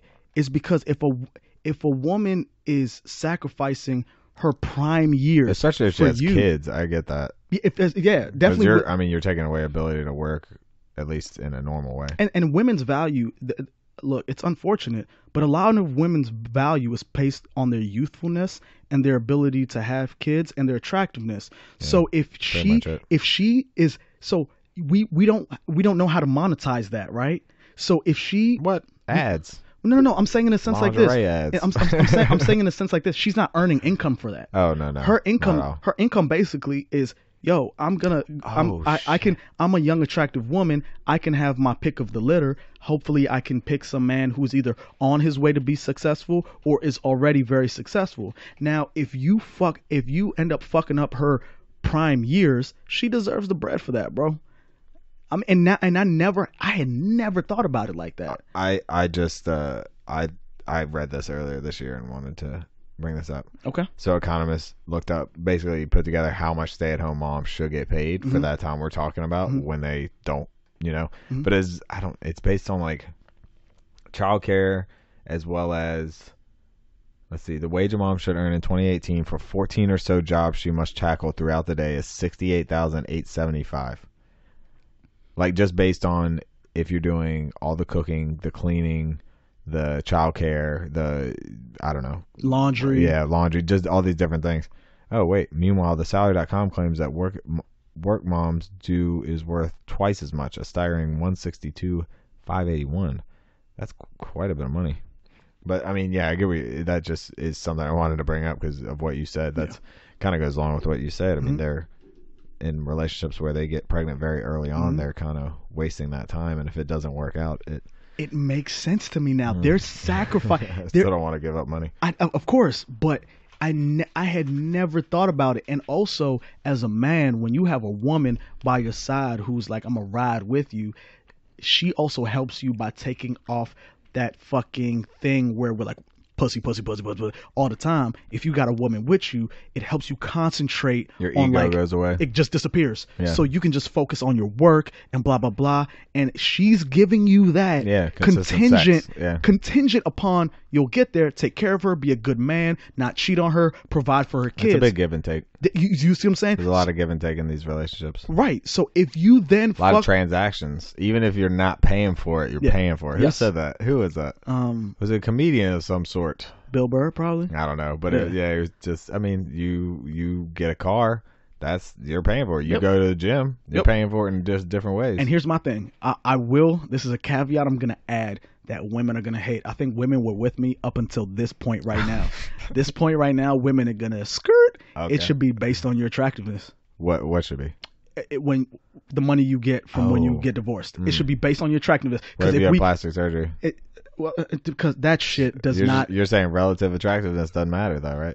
What do you mean? Like, I'm saying it would be based on your relative attractiveness. Like, it doesn't matter what you've had done, just based on how you look. I mean, shit. Even if because plastic surgery only works if you're already beautiful, man. What if the guy paid for it? Or do you deduct that, or do you add that to? But no. I'm saying it doesn't matter because if you can be ugly and get all the plastic surgery in the world, chances are you're still gonna be ugly, motherfucker. Look like a duck.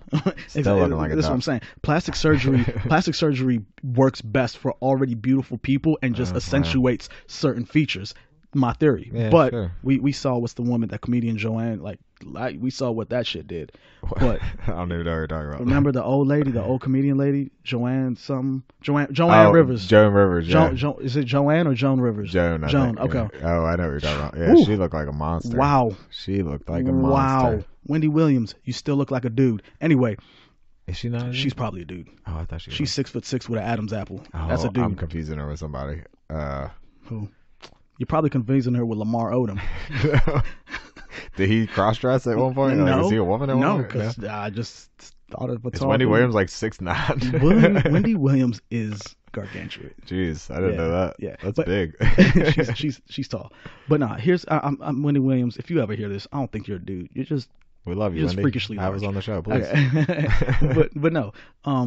So getting back to what I was saying, I was like, the caveat is a woman, the compensation she earns should be based on her attractiveness in her youth. So if you look at her and you're like, okay, you could have had anybody you want. Okay, you deserve $20 billion. Oh, like when you see a picture of a old lady or old man, you're like, damn, you were A stud. you were probably getting it back in the day. A stud, God. right? So that's Isn't what that it's so weird. You see yeah. a black and white photo, you're like, shit, people used to do. Oh, damn, we're gonna be old as shit one day, right? Yes. Damn. Yeah. So that's my one caveat. But if it's like, yo, you got with a guy while he was in high school, y'all both weren't that attractive, and he turned out to be like God, a store in my gazillionaire, town. you Store know? in my town. Fuck. So that's my thing. Like, yes, I believe women should get paid a good chunk of money every time they get divorced, but the more money goes to the more attractive And it ones. shouldn't be for life either.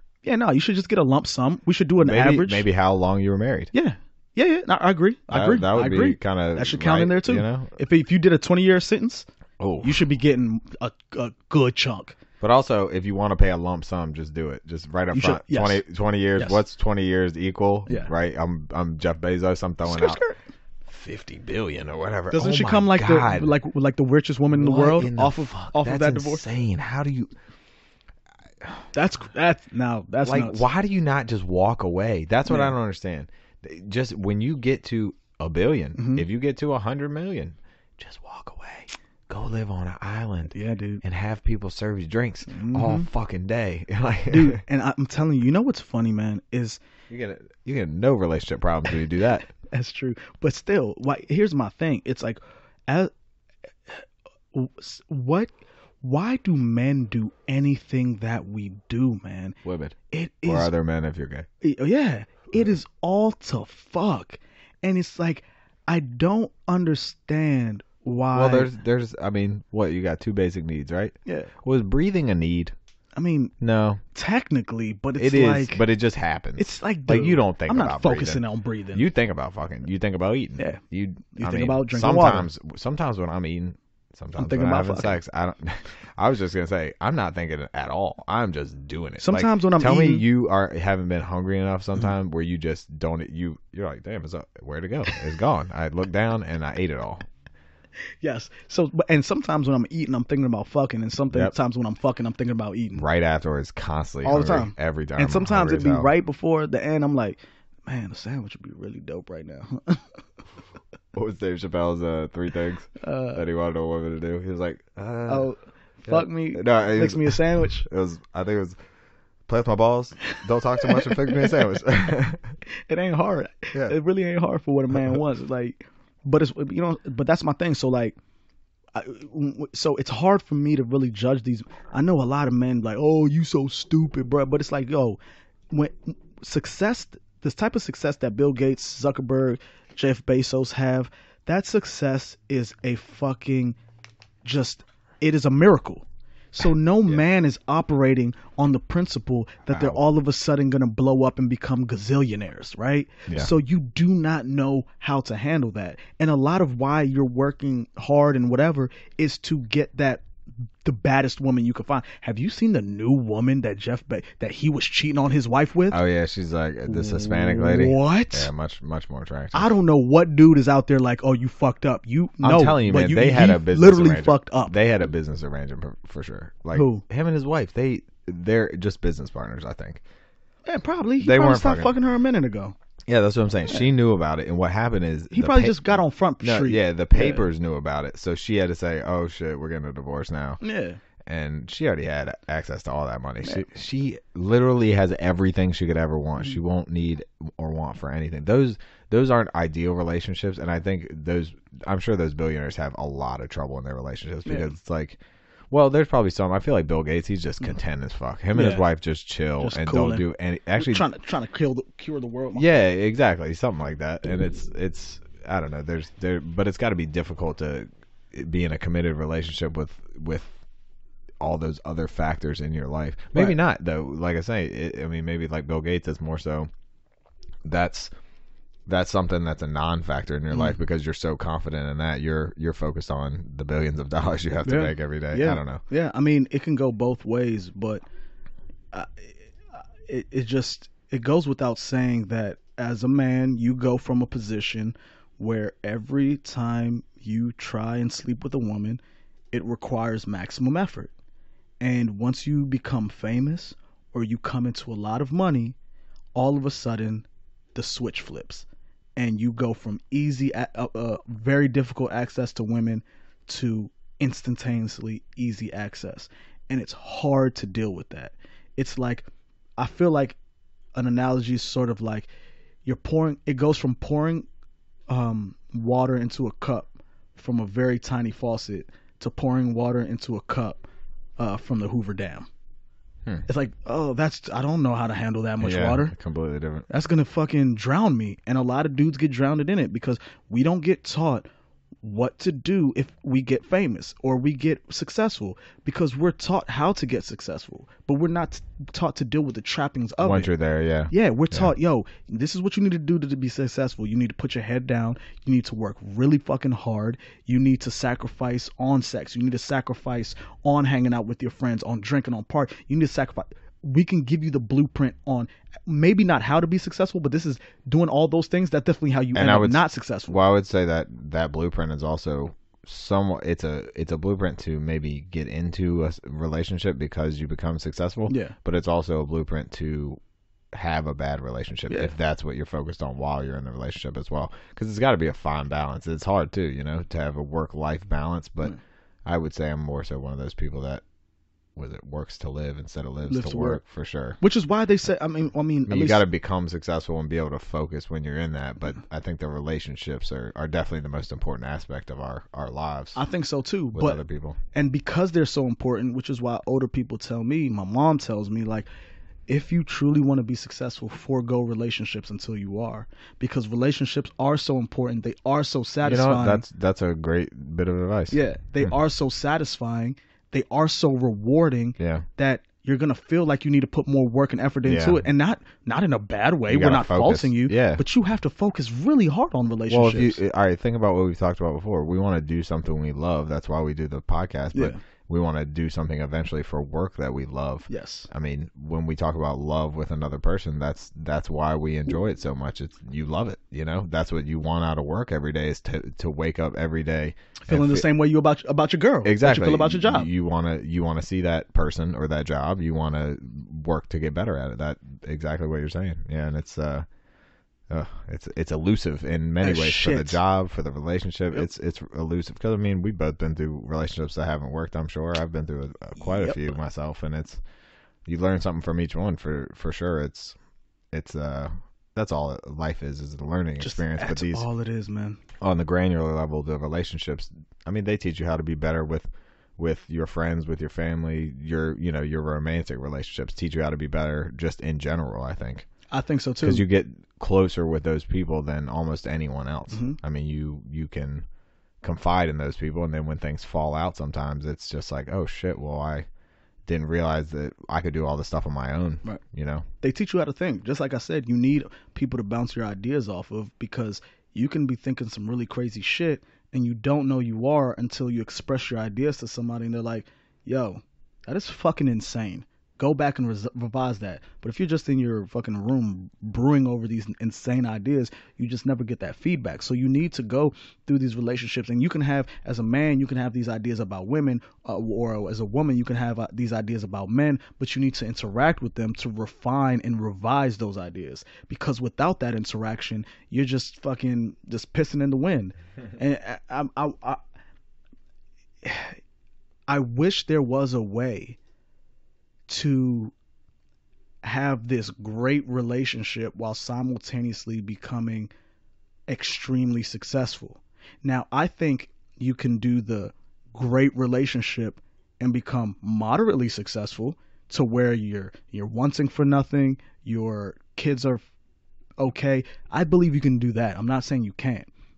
But to be like on insane levels of success while maintaining a very good, healthy relationship, those are very tough, but rightfully so, because of how much work must be dedicated to each of them. And I mean, and it's a tough decision that a lot of people have to make in their life. It's like, yo, do I want to have good friendships, good relationships, have fun, and just be, have a pretty good job, make pretty good money, be pretty stressed out because of my job? Or do I want to say, fuck my friends, fuck my relationship, fuck all of that, get a fuck ton of money, and then worry about that down the line. That is a tough fucking decisions to make. Yeah, you see a lot of people that are career oriented like that, and it's just they cut that relationship part off on their life and realize, well, at least the emotional part, the physical part. Oh, physical. I think we all still need. Yeah. You have to have it. Yeah. So it's you cut that part off and just become a professional, I guess, and that's it. And your whole life is just about your job, and then eventually you can settle down. But those are the people that have kids much later, and maybe not at all, and then maybe maybe end up in some more satisfying relationships because they're further along. And that was something I always wanted, was to make sure I didn't have kids before I was financially ready to have kids. That's key. Because I know my parents were in debt when we were kids, and I had tons of friends whose parents were poor in debt. And it's just, not a situation that you should bring a kid into if you can help it. If you can help it. But a lot of, back in the day, people were having kids earlier, and it was normal. They figured it out 18 too. to 22. Right. Yeah, exactly. You had kids. That's what you did, right? Yeah. The men went to work, the women stayed at home. That's how it went. But now it's completely different. So we got to learn to navigate that in this day and age. So it's a hard thing to navigate because, like you said, I think about things like that all the time. I'm sitting here postponing when I have kids and all of that because I want to be financially in a better space. But I'm like, man, our parents like fucking wung it, and they figured it out. Parents. That's all parents. Yeah, but I mean more so financially. Yeah. Like they're like, dog, we ain't got a dime to our name. My dad was like selling old baseball cards of his and shit to try to get out of debt when we were kids. I remember. Do you see what I'm saying? It's like, and they still figured it out, and I'm like, am I doing myself a disservice by waiting? And it's something I go back and forth in my mind with a lot of times. But I guess this sounds so cliche, but I'm like, I feel like when it happens, that's when it's supposed to happen. Well, the earlier you have kids, the more energy you're gonna have for them. The later you have them, the more maybe financially set you'll be, but the less energy you'll have for them. Yeah. And also something I've learned from someone that has kids and told me that they had kids kind of later in life, so now they're hanging out with their kids' parents or their kids' friends' parents, at like play dates and events and shit like that, and those people are much younger than them. Yeah. So their friends are now becoming much younger than them because that's who they end up hanging out with, is who their kids' friends' parents are. So it's interesting. It's kind of a give and take, and it's not, it is weird because you get a pressure at a certain time as a man too, and obviously women get it, but to have a family at a certain time or to have kids at a certain time, but it's really, there's not a certain time for anyone. There's not a right, I mean, there's definitely right times, but there's better times. There's better times. There you go. There's not a right time. There's a better time. There's better times. You're right. Because oh man, I know a girl from my high school she's working on number 6, and she is my age, so she is 30 or 31, and she started having kids right out of high school, so she's had 6 since she was 18, and I know that they cannot have enough money to take care of all 6 kids. I think it's a boredom thing too. I think people in smaller towns have nothing to do, or in a lot. I mean, people don't have as much money have not as much to do. So. Right. What do? They just start fucking. It just happens. That boredom, man. It does cure boredom. Hey, makes you a little bit tired too. I can guarantee that. Makes you a little bit tired. You can just go to sleep right after. It's like, call it a day. It's crazy because my dad used to say the same fucking saying all the time that now resonates so much. He used to always say that an idle mind is the devil's playground. And I never... That's weird. I just saw that earlier today. I never was like... I was like, what do you mean? And now I'm like, some of the worst decisions I make are when I'm bored. I am going to pivot our topic right after we talk about this a little bit. Yeah. Oh, no, I was just going to say, no, I mean, you can segue because that's all I had to say. Even as a child, as I get older, because your brain goes to just crazy spots. Wild shit. Or as a child, normally if you were able to, as we talked about on previous episodes, we were able to run free throughout neighborhoods and shit. You just did what the fuck ever. Bruh. I mean, the shit we did as kids because of boredom. Yeah. It either created absolute moments of just genius, because I've heard podcasts that say a specific type of boredom is good because it creates Yeah, creativity. it's creativity. Yeah. You're like, how do Yeah. I figure this thing out? Yep. But the mind-numbing boring is no bueno. Yeah, like trainings at work Oh. normally. Those are like where you just yawn constantly. All the You're time. Like, I'm not tired.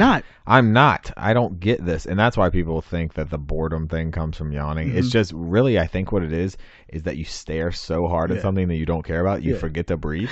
And because what yawning is it's a lack of oxygen to your brain. For real. Yeah, that's what yawning is if you think about it, you're breathing in as your mouth widens, you breathe in as much as possible when you yawn. That's a yawn, right? Now you about to make me yawn, you motherfucker. No, that wasn't even a real yawn either. I just made it's it just up. the act that sound of it makes me yawn. That's what it is. Your brain's not getting enough oxygen, so you're pulling in as much as possible, and it's not necessarily because you're tired, but when you are tired, you're probably breathing becomes a little shallower. Yeah, I'm thinking when you're bored, your breathing probably becomes shallow too. You're like, what the fuck am I doing? You're trying to kill yourself because you're so bored.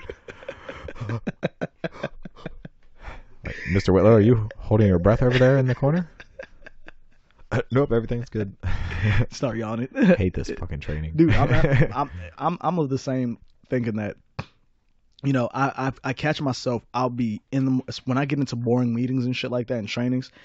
I'll have so much energy prior to that meeting, and in 10 fucking minutes I feel like I can pass out immediately, bro. Yeah, that's why I've found that the way that I fix that for myself is I take notes. Even if I'm never gonna fucking look at them again, it just gives me something to do. Yeah. Even if it's a PowerPoint they're going through so fast you can't even get down what you need to, and they're gonna send it out afterwards. That speed of trying to get it down. You ever gonna look at it afterwards? You gonna look at it after the meeting? You're not. No one does. So just write it down, and it makes me remember it a little easier, but it also is just something to do. Yeah. It's really for that. And same thing, so driving, you know how if you get tired, you're yawning a lot when you're driving. I always eat sunflower seeds because it gives you something to do while you're driving, and then therefore your brain's not, brain is focusing on something. I've heard that trick before. That's a little better. I've heard that trick because you got to navigate getting the seed out of the... Because say in like a meeting, you don't know what the hell they're talking about. You don't understand the topic they're talking about on the PowerPoint, but you understand what your pen touching a paper and writing words is. True. So when you're doing that, it makes sense what you're doing. Yeah. And you know what those words mean normally. Yeah. So it's, it's just a little trick I use. Yeah, and I mean, I will say too, though, that just as that podcast I was mentioning before said, sometimes I do think of some really cool ideas when I'm going off into the distance. Yeah. When it's out into the void. Yes. If my brain can catch on a good thing and just go, I'm like, I'll be attentive. It looks like I'm attentive, but it's because I'm thinking about some wild shit, bro. But if my brain doesn't... That was my problem in college, every class. Yeah. It was just like we said with podcasts. Yeah. Like you give me a little bit of something, give me an inch, I'll take a mile. Dude, it is the life I live, man. Yeah. It's so hard for me, and I don't know whether this, listen to my sentences right now. It's so hard for me to go on one train of thought, complete it, and then move to the next. And then I heard, I feel like it's the Trump syndrome. You heard that, and what happened was... It's so hard because my mind is moving so fast. Not to say I'm some genius, but I have all of these thoughts that I'm trying to get out of my head. Okay, are geniuses people that are just better able to corral those thoughts? We all have them.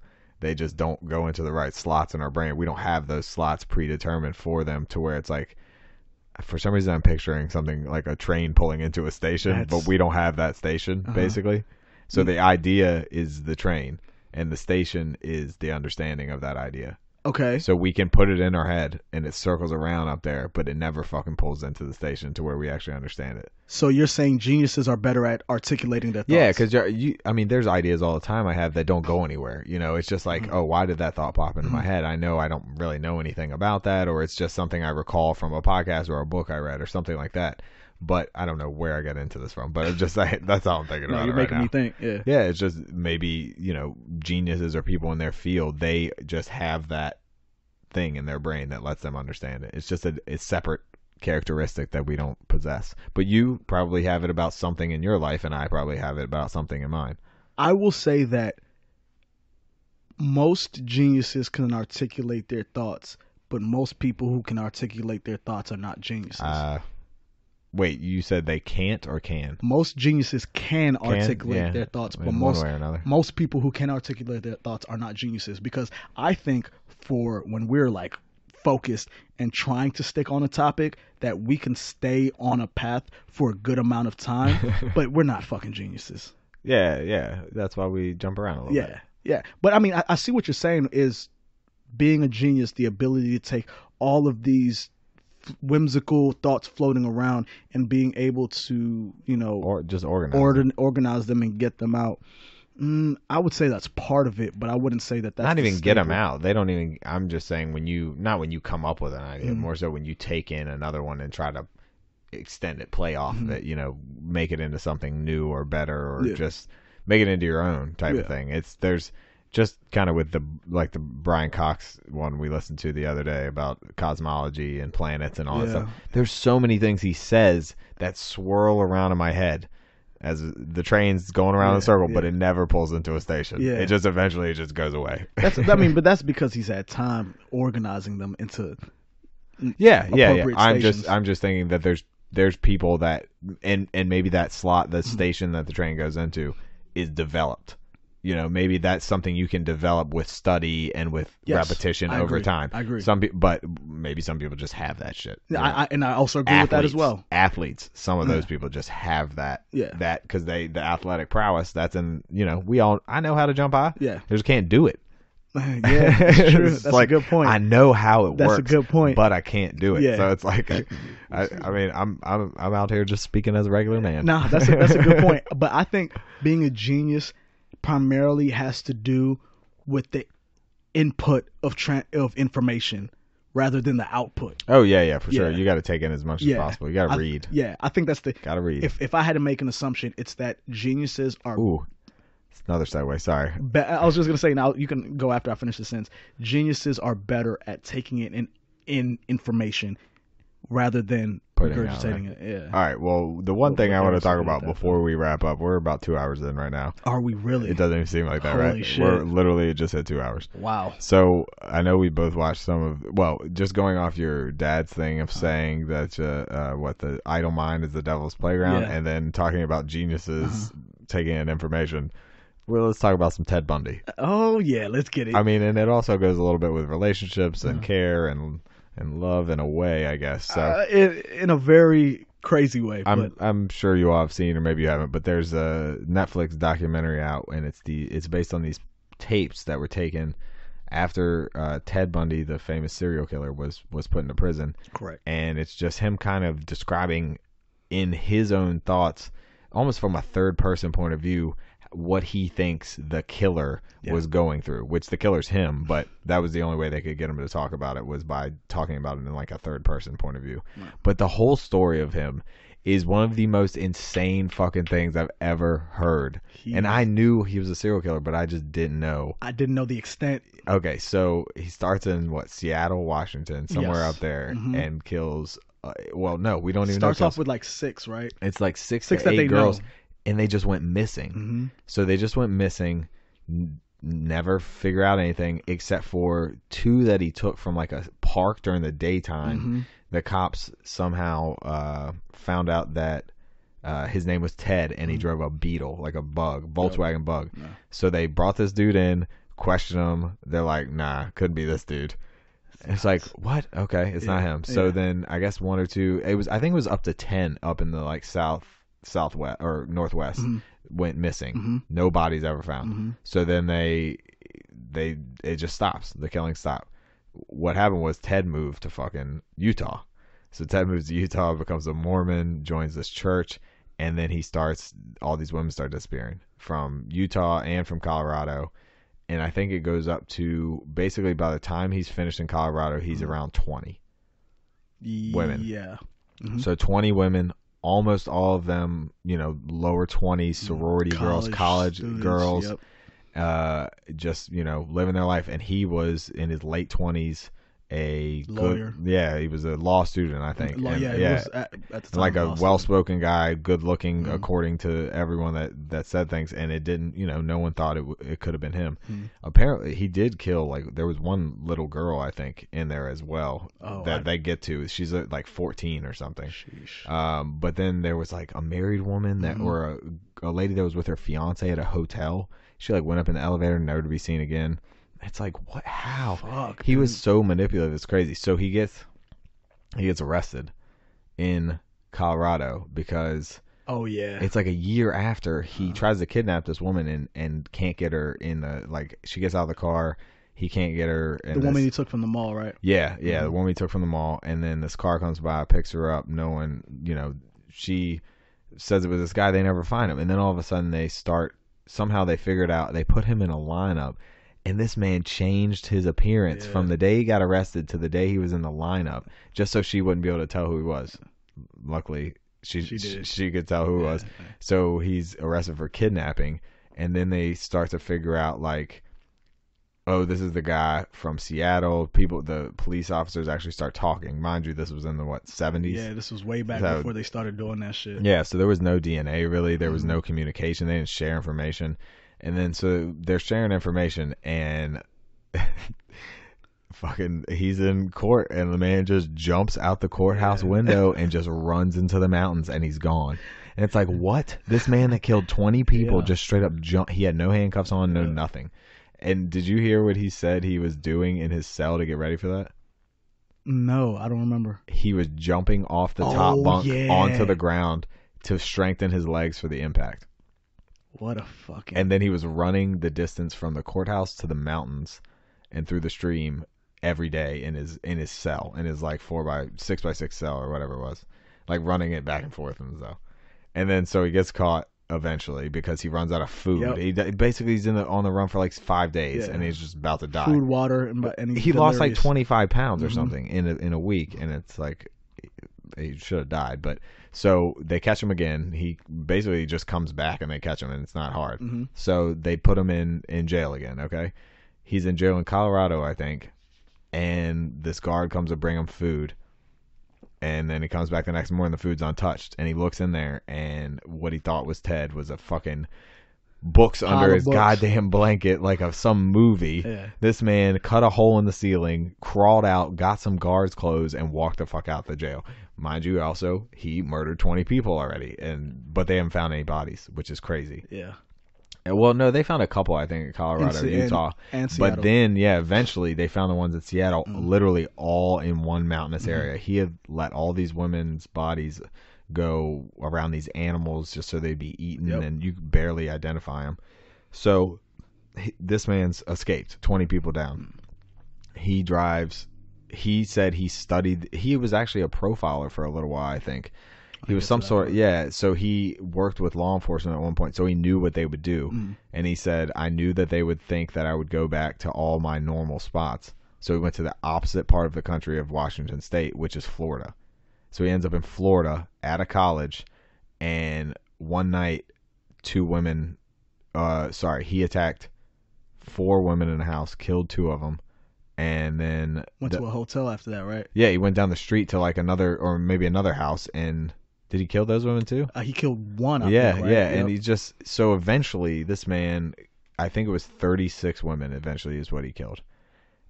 That's insane.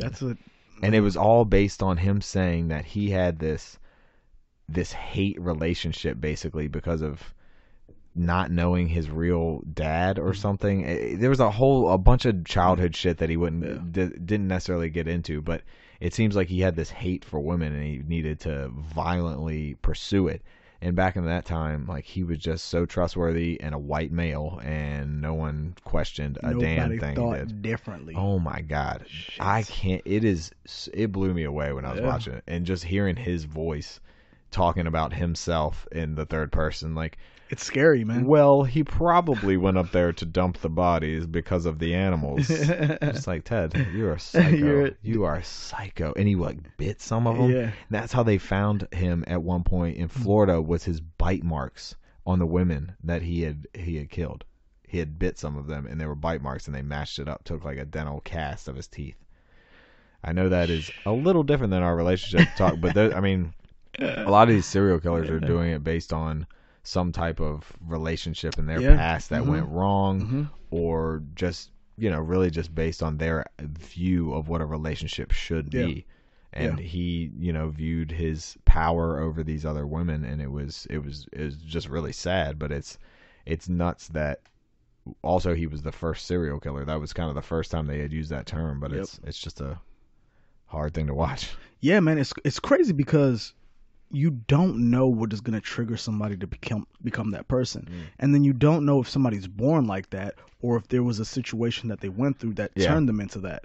Like, remember they talk about the one relationship he had with that law student who was very well off and all of that. And he had a couple of decent relationships. Yeah, and then that was the first one that didn't go well, and then that's when he started killing. And it's like, I'm not saying it had anything to do with her, but I'm like, could the impact of that relationship have, like, that thing was already dwelling within him, and it let it out, and then that just kind of fucking drew it out. Yeah. And kind of getting back to the conditional thing, I mean, that's why you got to be very careful, especially with women. You got to be super duper careful with dudes, man. If they're serial killers, don't love them. Don't love them. Like, that should be one of your conditions. If you kill, you know, they got Zac Efron playing the Ted Bundy. Yeah. Oh my god. I heard it looked really good. Well, yeah. I mean, it's just like they're like, let's get a good looking actor to play Ted Bundy. He was a good looking serial killer, and then Netflix is having all these problems with people saying like Ted Bundy's hot.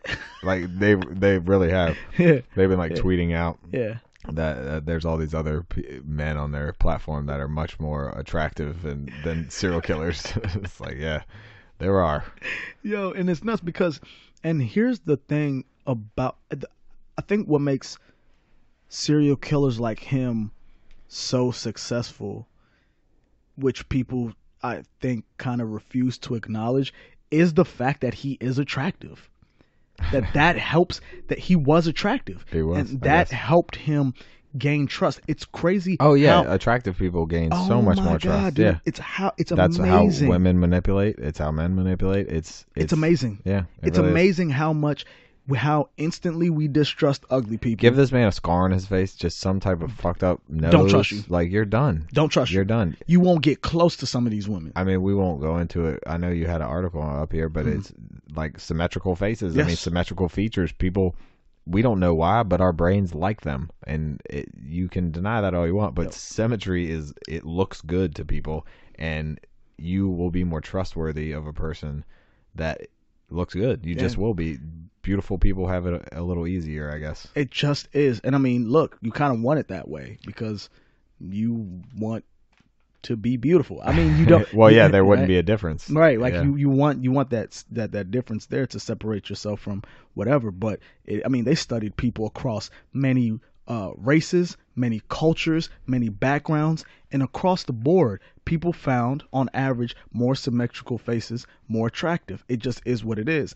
And the more beautiful you are as a person, the more you can get away with some really fucked up shit, which is why people, Ted Bundy doing his thing. Yeah, which is why, like, women who are beautiful, who just want to get shit, people are afraid of them. Yeah, because it's like, you're a beautiful woman, and not even that. Like, people hate that because they're like, a beautiful woman is like Godzilla. There's just nothing you could do to stop her. If a beautiful woman like wanted to destroy the world, she could. Yeah. Because Kim Jong-il was a woman. Oh my! If a bad Korean joint, we'd be done. Yep. We'd be done, bruh. Yep. Piss tapes on deck. She would have already taken out everybody. She'd be decapitating people alive every day. Just like, what'd you say? And most of us would be like, well, man, shit, sometimes you gotta cut my head off. What the fuck you gotta do, right? And I hope people see a story like Ted Bundy's and say to themselves, like, look, if somebody's fine as hell, that is not enough to automatically just trust them. It's not enough. It's not enough. I don't care how bad she is, how bad he is, how attractive they seem, talk, whatever. And look, here's one thing. You just couldn't do research on people back in the day. That was the problem. Now you can. Well, yeah, that too. But here's the thing. People like that have charisma. So when you see because charisma and charm is a method of manipulation. Oh yeah, I don't trust people that are too charming. Yeah, women don't women try to be too charming to me. Yeah, women understand this, that charm is not a trait, it's an act. So when you say, "Oh, a guy is so charming," no, a guy charmed me. Yeah, charmed. He yeah, is I would not say so. charming. So Yeah. understand, when men are doing that to you, it is a fucking display that they're putting Isn't on. a charm kind of like a magical spell, which Bruh. would be something you cast on someone really without their permission? Big facts. Yeah, So you should almost yeah, be big witch facts out here. Big spell facts.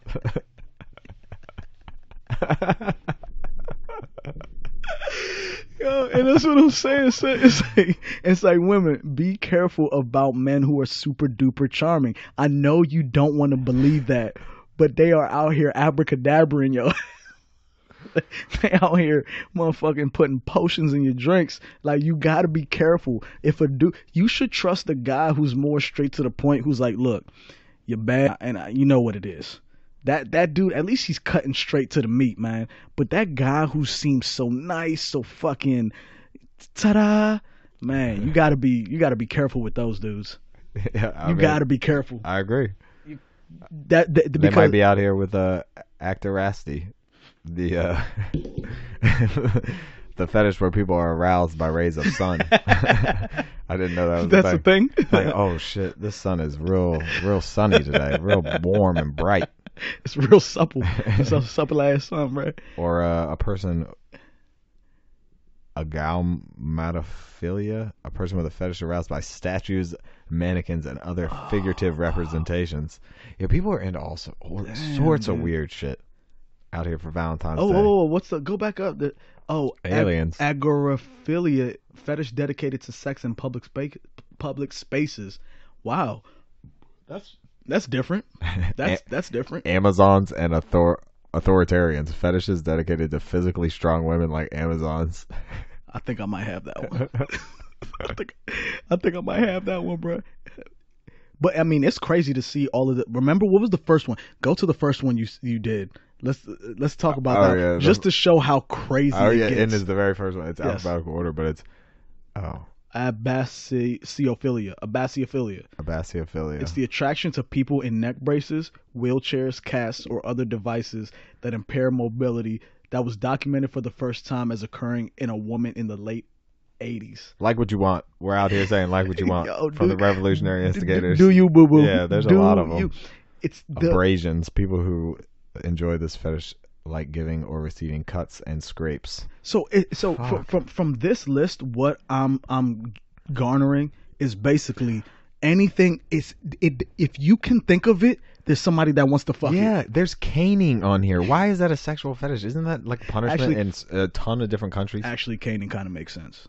Because if you think about BDSM and shit like that. Oh, God. Do you know what CBT is? Yep. You do now. So somebody show me a video of that. Nope. Don't want to know. Bruh. We're not even going to say what it is on here. Oh, no, wait, stop. I like chasmophilia.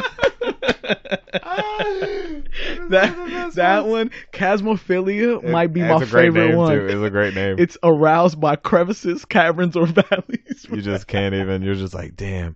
Those all look like vaginas. Bruh. What happens to the guy who goes to the Grand Canyon who has that just unstoppable orgasms? Oh, yeah. Claustrophilia is this fetish is the opposite of claustrophobia. A person becomes aroused or experiences orgasms through confinement to small spaces. Nope. Oh, my God. Nope. I do not want that at all. That is wild, bro. Collaring. You know what? I would guess, though, that all of these are primarily male dominated fetishes. I don't know, man. Not all of them, but a majority of them. Yeah, there's got to be something for everything. Oh my God, tears or crying. Dacrophilia. Wow. If you are a dacrophiliac, you are a heartless human being. That means you're aroused by arousal caused by tears or crying. That's weird. That is weird. That's different. But there's people that cry after sex, right? I mean, I've seen that in movies. I've never been with a woman that's done that. Yeah. But There are people who can't help it. Every time they have sex, they cry, and it's not because they're emotional. It's just something with the wiring within their heads and their bodies. Just they have sex, they cry. How do you feel about trees? I mean, are you a dendrophiliac? Are you a dendrophiliac? If I see a tree bad enough, I'm just saying, chop that bitch down, I guess. Well, I don't know if we have anything else left to cover. We're just kind of going through some different fetishes that we wanted to look up for this podcast. So, hopefully you guys enjoyed our episode about relationships, love, mostly and relationships. care. Yeah, we just, we go off on our tangents, but I think we did a good job of getting into that. I hope that what people get out of this is like, man, just love who you love, and just be a little bit more specific in why you love somebody. Just hold yourself and others to higher standards, and love whoever the fuck you want to love, but be happy doing it, man. Don't settle for shit. It's a good message. Yeah, man. Till next time. And we out.